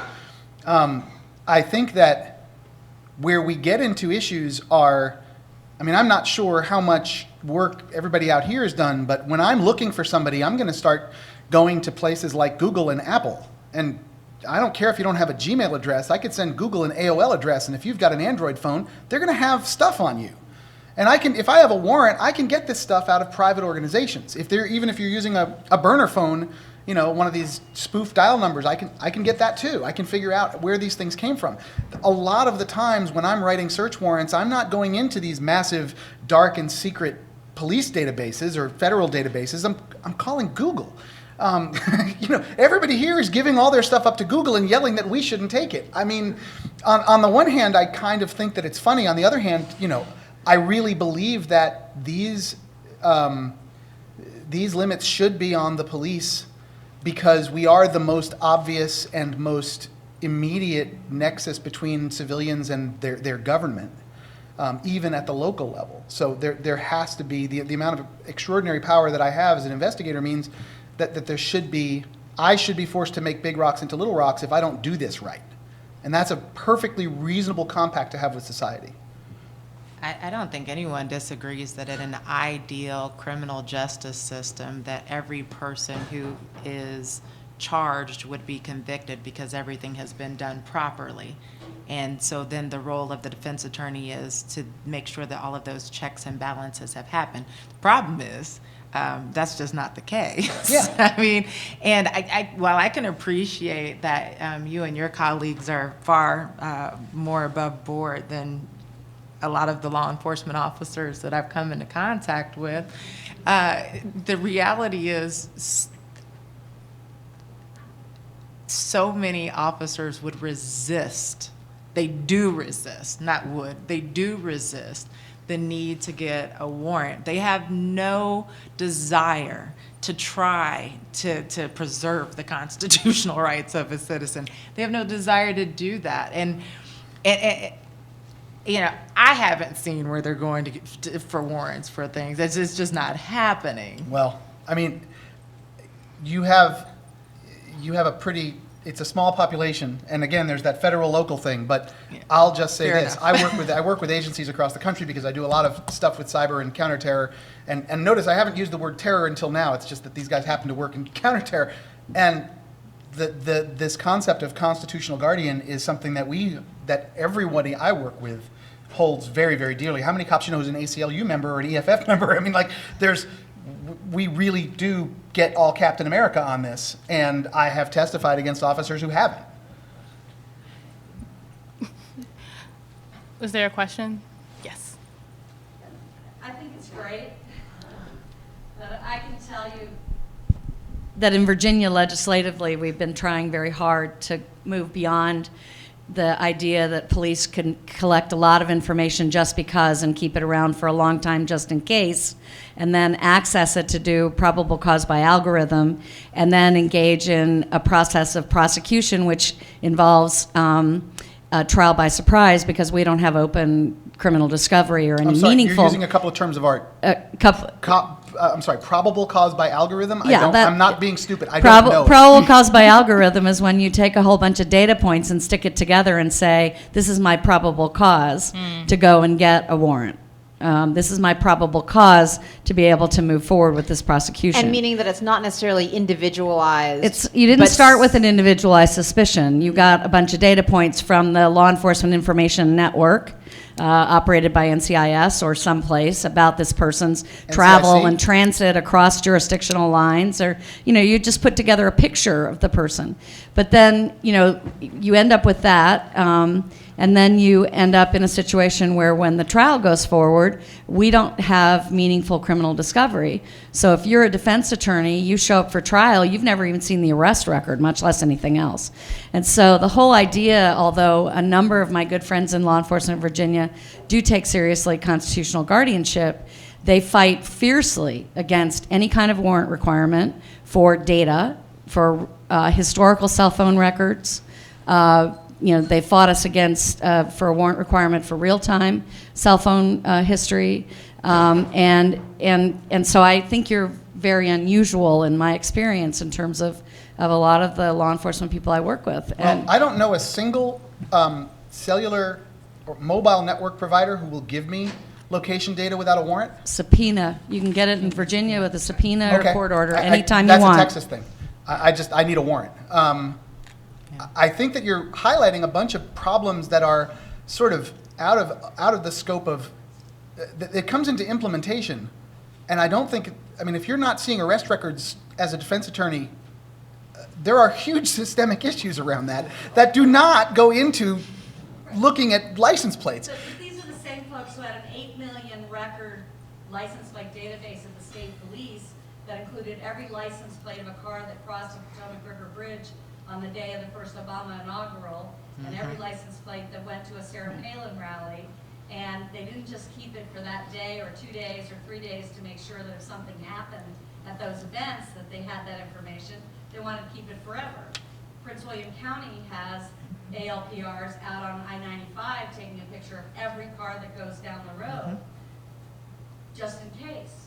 And they want to keep it for at least 365 days. Right, and that's the data retention. I don't have a problem with them taking pictures of my license plate any more than I have a problem with you memorizing billboards as you drive down the highway. I mean, this is in public. It's retention and access that I think is the issue. Yeah. Well, and then that's I think like saying my license plate isn't like my social security number. My social security I didn't say that. is identifiable unless you run it against the social security database. My license plate is personally identifiable the minute you run it against DMV. So you are keeping personally identifiable information about me just in case for an extended period of time. We may be getting into semantics, but I do agree that most of the time one license plate equals one person. Rachel, did you have? Well, yeah, I was going to say, I mean, and I think also part of what you're articulating is decisions of resource allocation, right? So that if there's a criminal justice system that is not being well run, or in which somehow the resources are not being allocated to turn over arrest records, but those resources are being directed towards setting up the license plate readers, operating them full time, paying the storage to keep the information, right? That's a decision. And that's not even necessary. I mean, to some extent, that's a law enforcement decision. To some extent, basically, that's just a surveillance decision. But to put the resources there instead of into other aspects of a criminal justice system. I'd also, just before this gentleman asks a question, I'd also toss out that part of the problem is that while they can gather all of this data so that way they can then later come back and cumulatively use it so that your client can be prosecuted, you can't request that information so that you can show that he was elsewhere. So, I mean, you know, what's good for the goose is good for the gander. If we're going to use it so that people can be locked in cages, then we ought to be able to use it so that clients can also be exonerated. I'm pretty sure you can buy it from Vigilant. I am. I mean, honestly, I think you can just set up an account with Vigilant and you can print out where they saw them. And Vigilant, talk about probable cause by algorithm, Vigilant will tell you the best time and location to find somebody based on pattern of life analysis that they do as a private company. And they will tell you. I think the government needs a warrant to buy it from Vigilant. We don't have it in my agency. Every time, I didn't need a warrant when I had, but that was exigency with the child porn case. He was leaving. Sorry, you have a question? Yeah, comment, I guess. Okay. I'm a Canuck. I'm a visitor from another planet known as Canada. And, you know, I've had a great stay in Washington. One of the anxious moments I have is, as a traveler, I experience the border. And what I think is important about this conversation is the extent to which our new technologies and our new age of anxiety, not so new age of anxiety, is turning the internal landscape as increasingly like the border, where, you know, I'm taking my shoes off, I'm walking through the machine, there's cameras, there's all of that. And I think, you know, one thing this conference has reminded me is how much some communities feel like they live at the border all the time. So I get it. We want to have a roundtable solution makers, and I'm really glad law enforcement's here today, as they were yesterday, talking about these issues, because we need to talk more and to live each other's experiences. It's got to be that roundtable approach, I think. That kind of dialogue is happening in Toronto with the Toronto Police and the community on street checks, a sort of version of stop and frisk that's facing huge scrutiny in Canada. I also want to commend a paper to you, which I had a hand in writing for the Ontario Information and Privacy Commissioner's Office, which is called Surveillance Then and Now, Securing Privacy in Public Spaces. I really think we have to remember that our right to privacy doesn't die in public spaces. There's all sorts of constitutional questions there and debate about that, but it's a normative discussion. It's about what kind of society we want to live in. And it's what kind of society we want to live in as cops, as citizens who are cops, so on. So just leave it at that.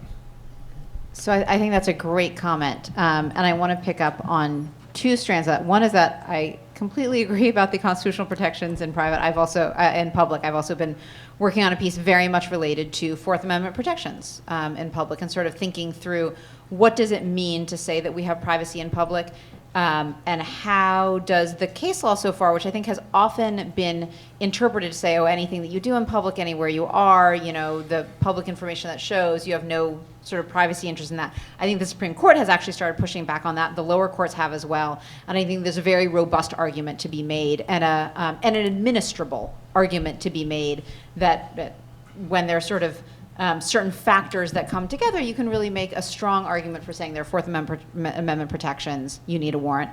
Keep an eye out for my article, and I will definitely check out yours, which sounds very relevant. I'd like to get it.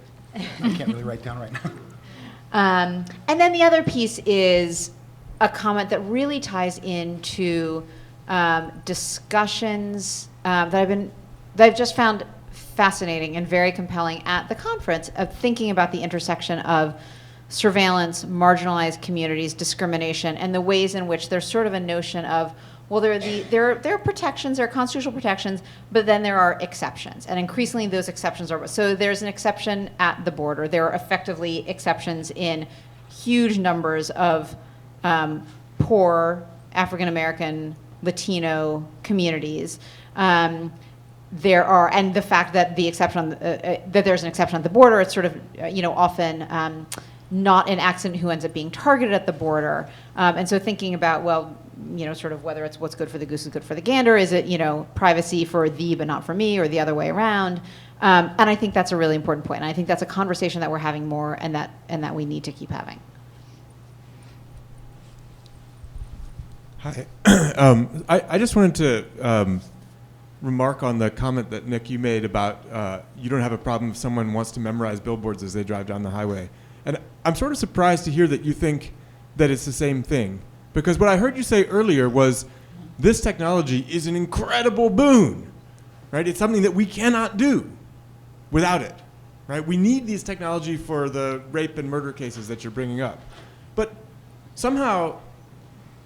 But, I mean, there is no cop who does actually memorize all of the license plates of all of the cars that drive down the highway, right? Even though you could have one cop who sits and memorizes license plates for a couple of minutes if they were particularly... I was going to say, for a couple of minutes. Yeah, if they were particularly weird, right? Yeah. But the scale and the lack of personal interaction makes this a completely different thing. And I don't think that it's fair to compare...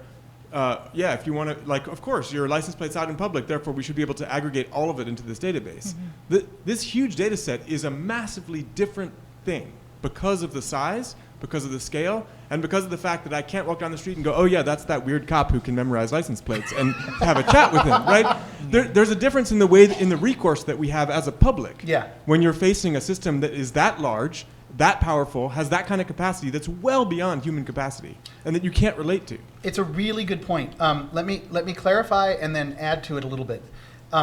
What I think I was talking about before was we wouldn't be able to solve it if we threw away all the license plates after 6 days or 6 hours or something like that. That the holding on to them allows us to go back and investigate stuff that we didn't know happened now, but maybe 3 weeks from now or 5 weeks from now we discover. This happens all the time. There are 255 law enforcement agencies between Dallas and Fort Worth. And the chance that somebody is committing serial crimes in multiple jurisdictions is really, really high. Sometimes it takes a while to figure this out because we don't talk. Cops are absolutely terrible at sharing information. They're horrible at it. So once we figure it out, and that could be a long time, the ability to go back and start to aggregate is something that's important. The opposite side of what you just pointed out, I kind of look at it in the same way I look at open source intelligence on the internet. If you're going to say something on Twitter, of course I have the right to look at what you're saying on Twitter, because you're saying it on Twitter. And just because Twitter's fire hose is a gigabit feed doesn't mean that I can't use technology to do it. But I will tell you that here's the downside. You were just saying a little bit earlier, what do you do? Do you only do it after kidnappers, or maybe you do it for stolen cars, or maybe you do it for murderers who've just escaped? The biggest problem with license plate readers in cars is that it becomes this bitching Betty, just like ShotSpotter used to. The constancy of false alarms and false positives, or even real alarms. I don't know if anybody's ever ridden in a police car with an LPR with a hot sheet. You're driving down the street, it's like ding, ding, ding, ding, ding, ding. I mean, there's so many things out there. Every cop turns it off. They simply can't keep up with it. And that's one of those self-limiting things which makes it so that people go back and look for very specific things within that database. Probably because nobody really knows how to do it right. And go back and start mining. It takes a lot of intellectual horsepower to start mining that data correctly. But I do take your point. I mean, it is the aggregation of information that hasn't always been considered to be public. But I do think that the license plate is public. That's its purpose.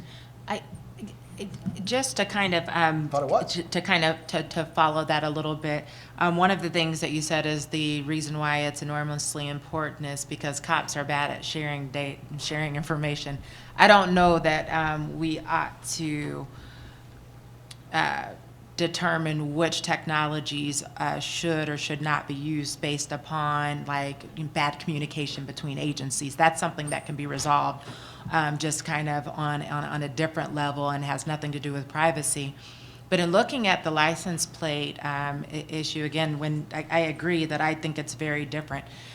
You can ride down the street and look at billboards and you can see license plates and sure, it's not private, right?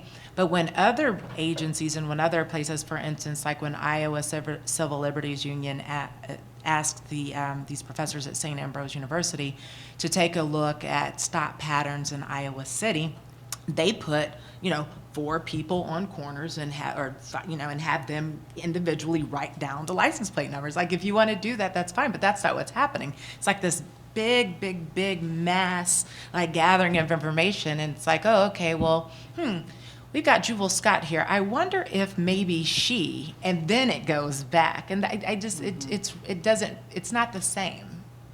Well, I want to say this. I was not justifying the use of the technology by the fact that cops don't talk. I was saying the reason that it sometimes takes an incomprehensibly long time to figure out that there's actually a crime pattern going on is because cops are bad at sharing technology, or at sharing information with one another.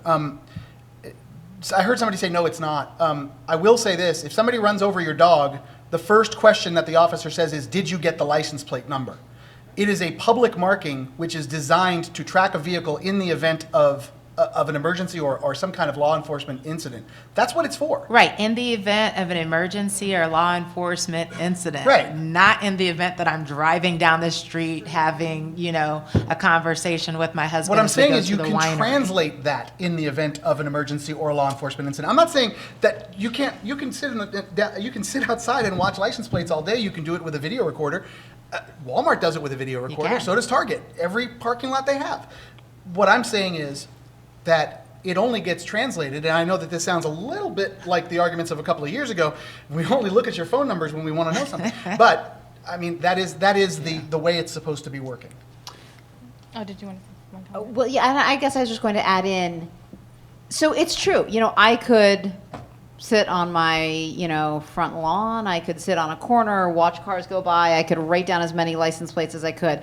I don't think I have access to the databases that would translate that into information. But a police officer could do the same, right? A police officer could absolutely stand on the corner, jot down every single plate they see, and at least under current law, could run all of those against a database to see what comes up. And there wouldn't Dodgy.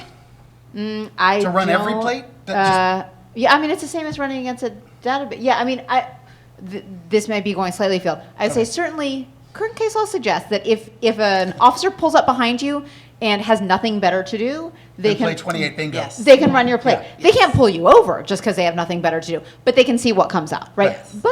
But that is a different resource allocation, right? That is an actual officer who's getting a salary, who is spending their time doing nothing besides looking at license plates, which A, maybe isn't a great use of time, but B, if somebody in their wisdom decides it is, then okay, but part of what has protected our privacy in the past is the fact that those resource decisions have to be made and that it is expensive to do that. And that one of the consequences, and I take your point from earlier that, we can say this technology is super cheap. Well, okay, it's not super cheap all the time, right? It could be expensive to buy it. It could be expensive to maintain it.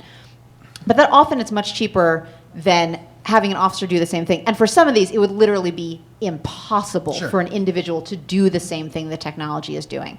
And that's one of the things that has effectively sort of constrained the way information collection and surveillance happens, because it's just expensive for a person to do. And so one of the things that, that I end up talking about in this paper is you could look at, how much cheaper is something, how much longer is sort of what's the period of information that's collecting?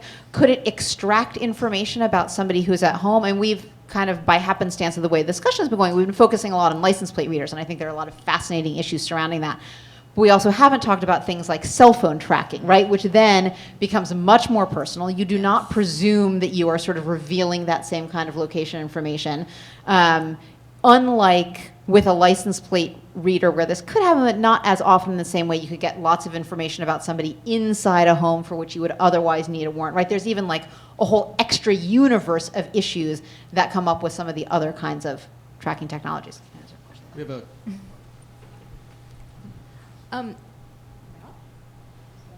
Hello?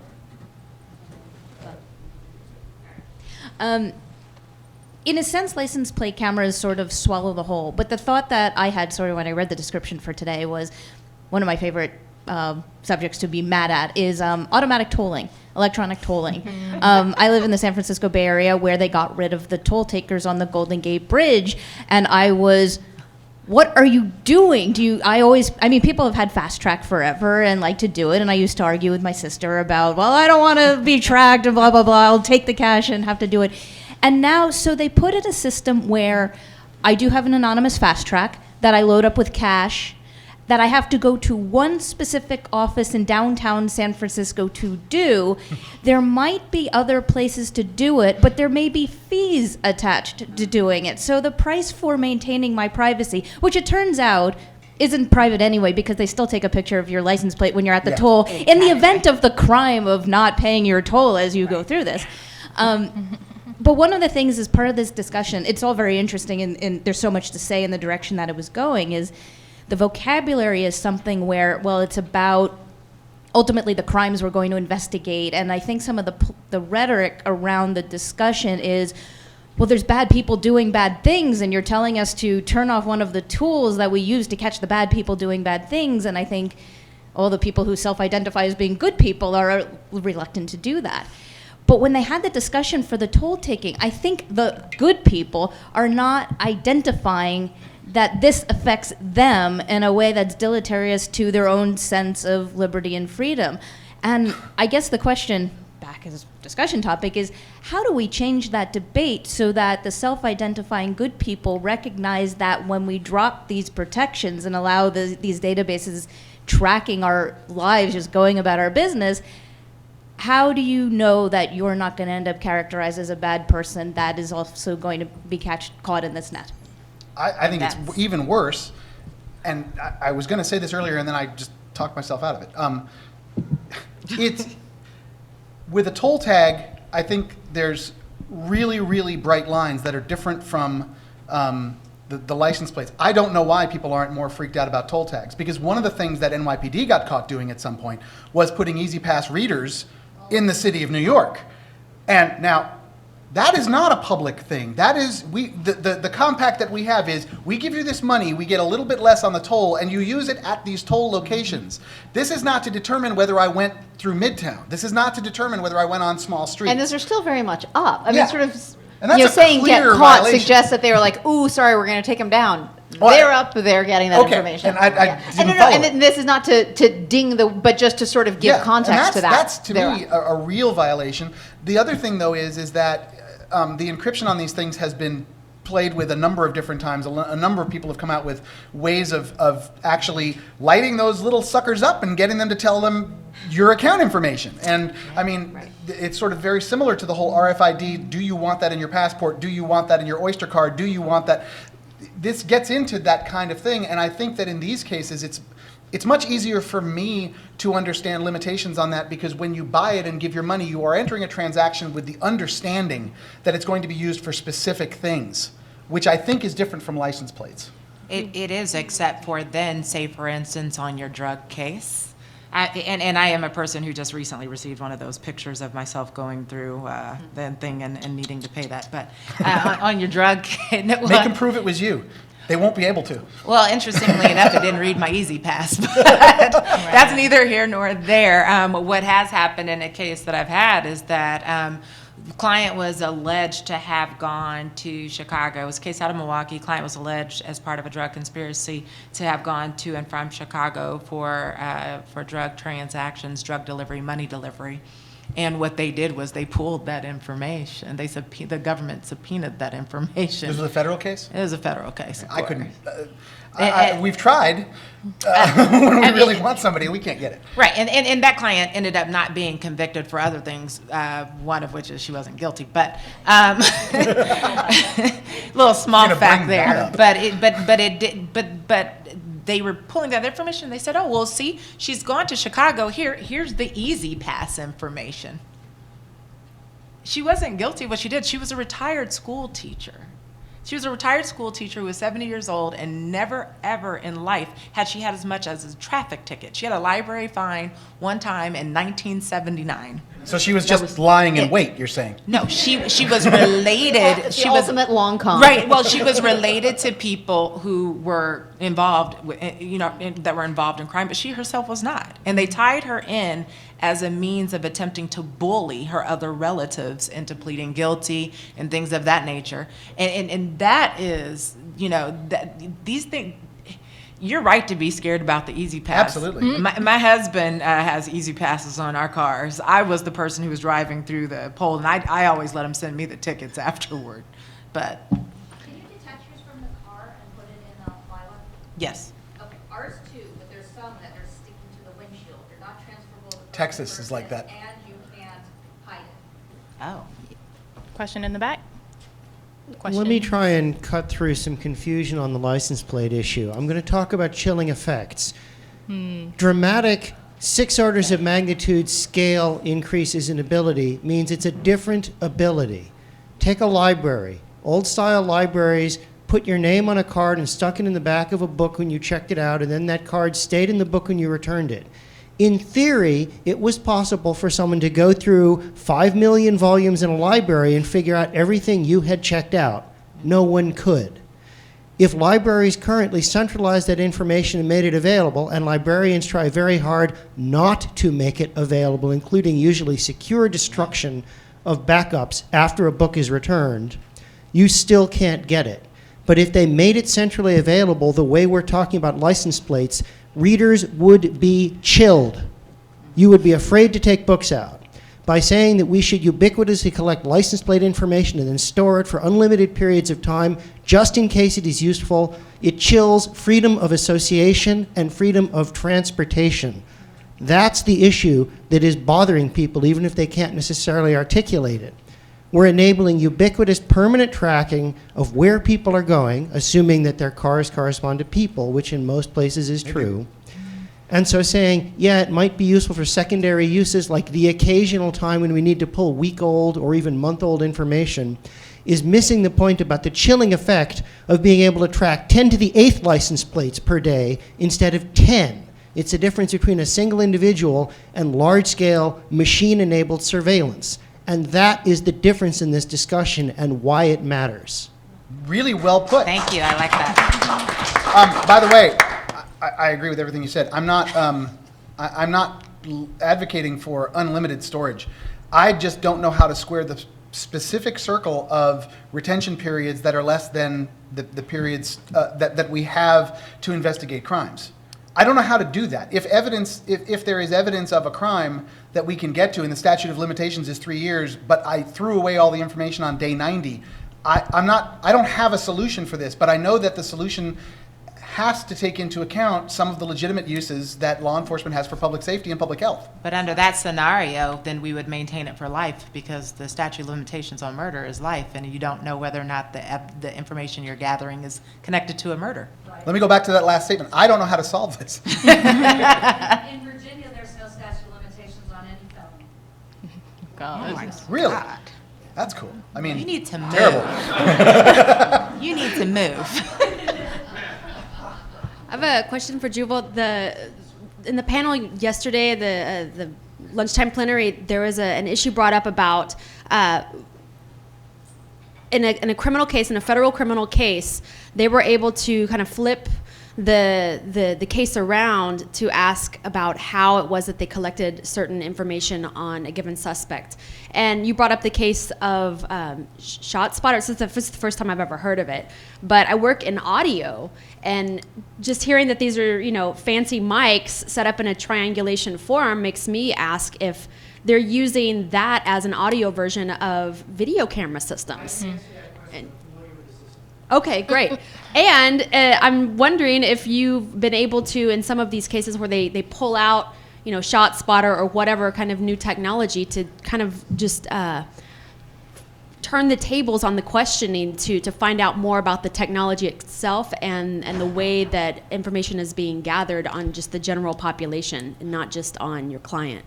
There's two things that I can kind of respond to in that. With regard to the information itself, as part of a Freedom of Information Act request that they did actually elect to respond to, we were able to find out in Milwaukee that they had this central repository of information they were collecting from ShotSpotter so that they could track gang activity. It actually didn't apply to any of my cases, but they are taking and filtering through some of that information on the ShotSpotter. It will depend on the area.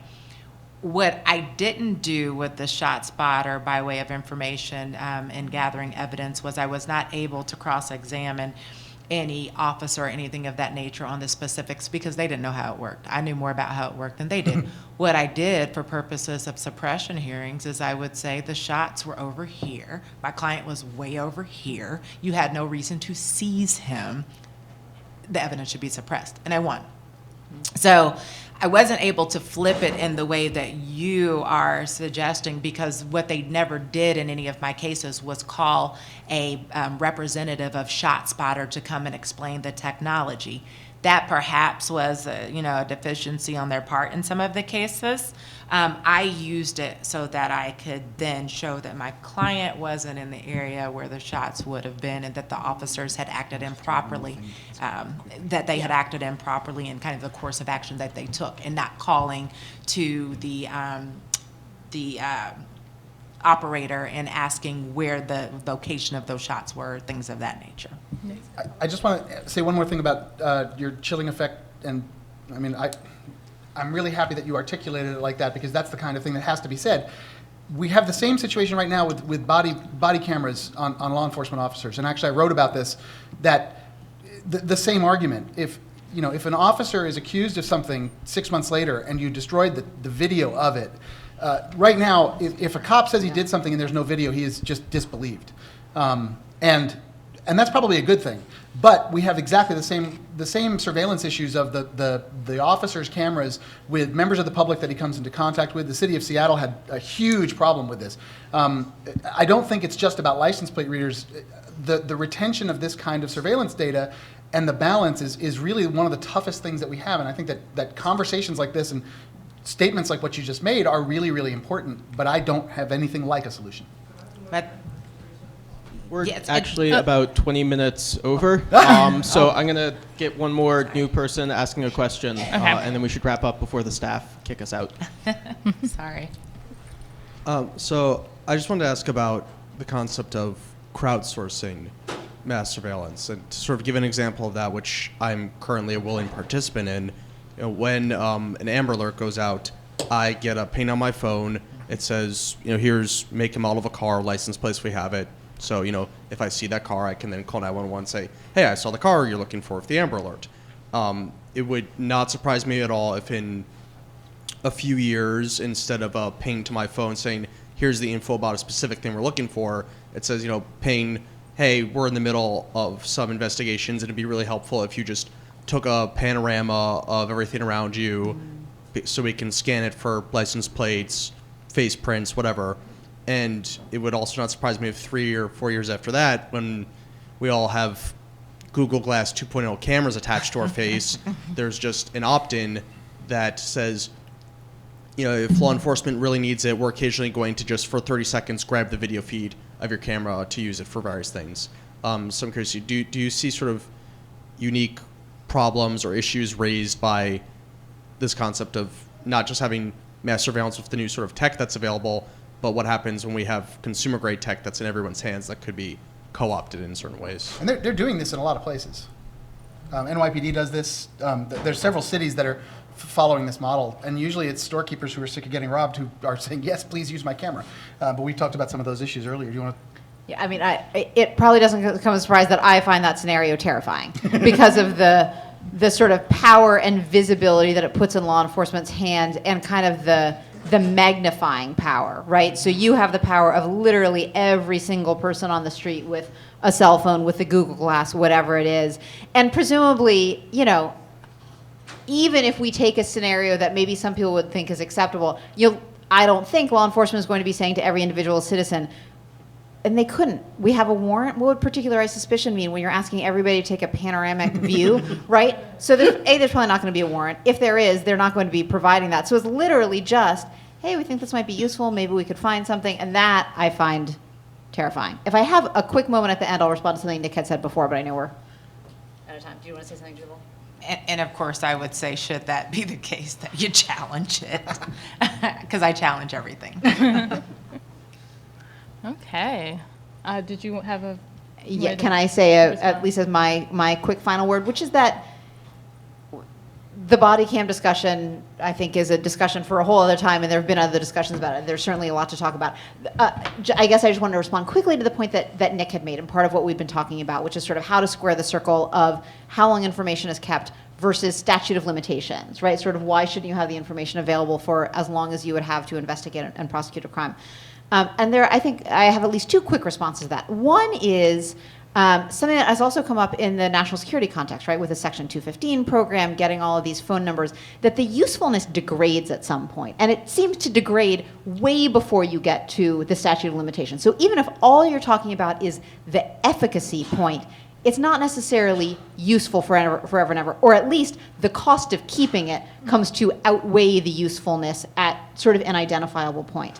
But the other reason is that we don't make our decisions about this based only on law enforcement efficacy, right? So, and I guess this goes back to what we were talking about at the beginning, which is that it may well be useful, and it may be useful for a very serious crime to have it forever, but that's not the only metric that we look at as a society, right? We don't privilege those law enforcement decisions and the law enforcement benefits kind of above everything else, right? We balance them with a whole lot of other values, including kind of fundamental civil liberties and constitutional values, and I think those have to play in. Absolutely right. And I think that it's my job to tell you why I think it's useful, and all I'm trying to do really is let people know it's not an evil thing where we're twirling our mustaches and saying, "Oh wow, we get to get all this." It's really most of the applications of this data are hardworking people trying to find bad people and put them away. When we decide as a society, many times rightfully, that's just too much for law enforcement to have. That's great. I just want people to understand what it is that we're giving up. One of the things that I got upset about, I think that when Edward Snowden put everything out there, the only thing that I looked at was selfishly. I said, wow, now all these people who are stealing children and selling them across borders and selling them in the United States into sexual slavery, now they understand tactics, techniques, and procedures that we use to go after them. And that wasn't good for me. That wasn't good for anybody. But you know what? Overall, I think as a society, we've decided that it was pretty darn good to know that these programs were happening. The costs are not always visible, and they're not always obvious. And I think that somebody said, we have to have these conversations.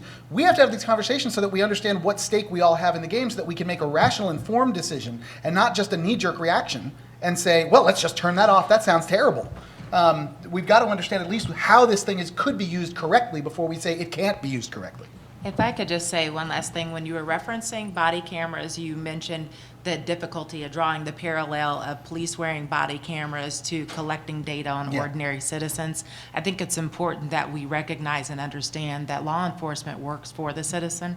And so to the extent that we expend resources to track law enforcement data to make sure that they are doing the job that we as citizens pay them to do, It is distinctly different than gathering a bunch of information on ordinary citizens that are going about their business, not doing anything, and I think we have to draw that I totally agree with you. I'm saying when I, as a law enforcement officer, bring my camera into this room, I'm now video recording all of you. I'm now engaging in mass video surveillance.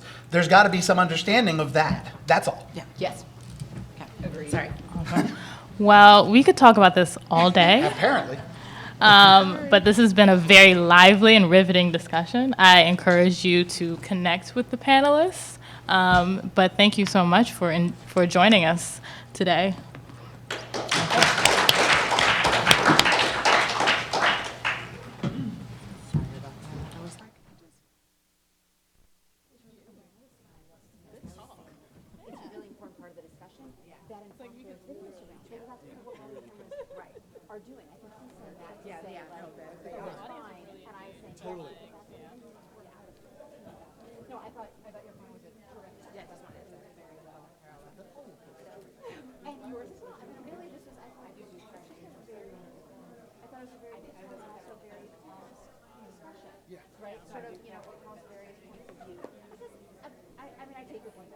And I think this is true. I mean, my sort of base work is in the national security arena, and I think, honestly, I think they, as well, sort of get vilified as literally twirling their mustaches, which by and large they're not. I do to some extent think that some of the like very high up in the executive branch people are kind They're of twirling their mustaches. but like most of the good people in the intelligence community are not. They are genuinely trying to do their jobs, and I think that's true in a lot of other contexts as well. Great job. I just want to say that quickly because I have to run from here. Okay. Because I got to go home. That was a lot of fun. It was. It was. It was a lot of fun. Good question. No, I took pride. I feel like take the two of you to do it in a room So we can trail talk forever. Yes. Just, you're not coming out until you find something. Well, and I'm going to look for that paper. Thank you. Here, let me give you. And then right before this we met, it would be like, okay, wait. Here, I'll give you my card as well. You can find my card holder. And then what I do is, and I didn't tell you that I took it around yesterday. I don't think I actually saw you. How do you feel about it? I think especially when you talk about how what you define as public changing, when you talk about social media, you know, like that when you introduce a third party, does that become public? Just because, so I feel like it was a good opportunity to try and associate, make people aware. Yeah. Yeah. That was surface. Interesting. I know, right? Discussing, Right. regulating, can't take too much, right? Like,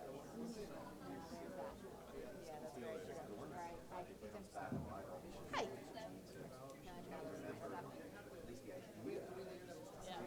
Their power is something, the alleged social contracts arrange for so we can really do it. And it's a lopsided power dynamic because I mean I feel like if as people we could use the same technology and information against law enforcement agencies, this discussion would be very, very different. But when you get in trouble for videotaping, you know, a hostile police interaction, you know, what can you do? Yeah. Yeah. There aren't enough nicks. That's right. In Toronto, we sit around, I'm on a committee, Toronto Police, 2 years ago, trying to get ahead of liability for racial profiling. Yeah. Trying to address this problem by having community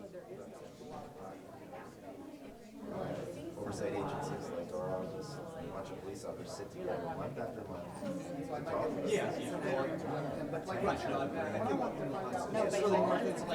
There's lots of I'm not saying that's what it's better, right? But it's just so important for the discussion. The power imbalance and the problems are so deep.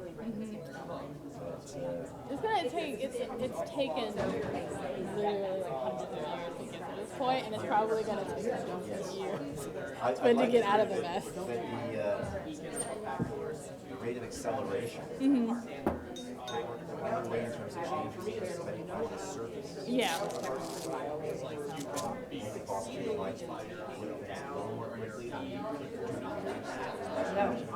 Yeah, and also like technology is advancing way faster than it had before. Well, and So so is like global, increased globalization. communities are pushed up against each other in new ways. We're still living in our tribes. We're mixing in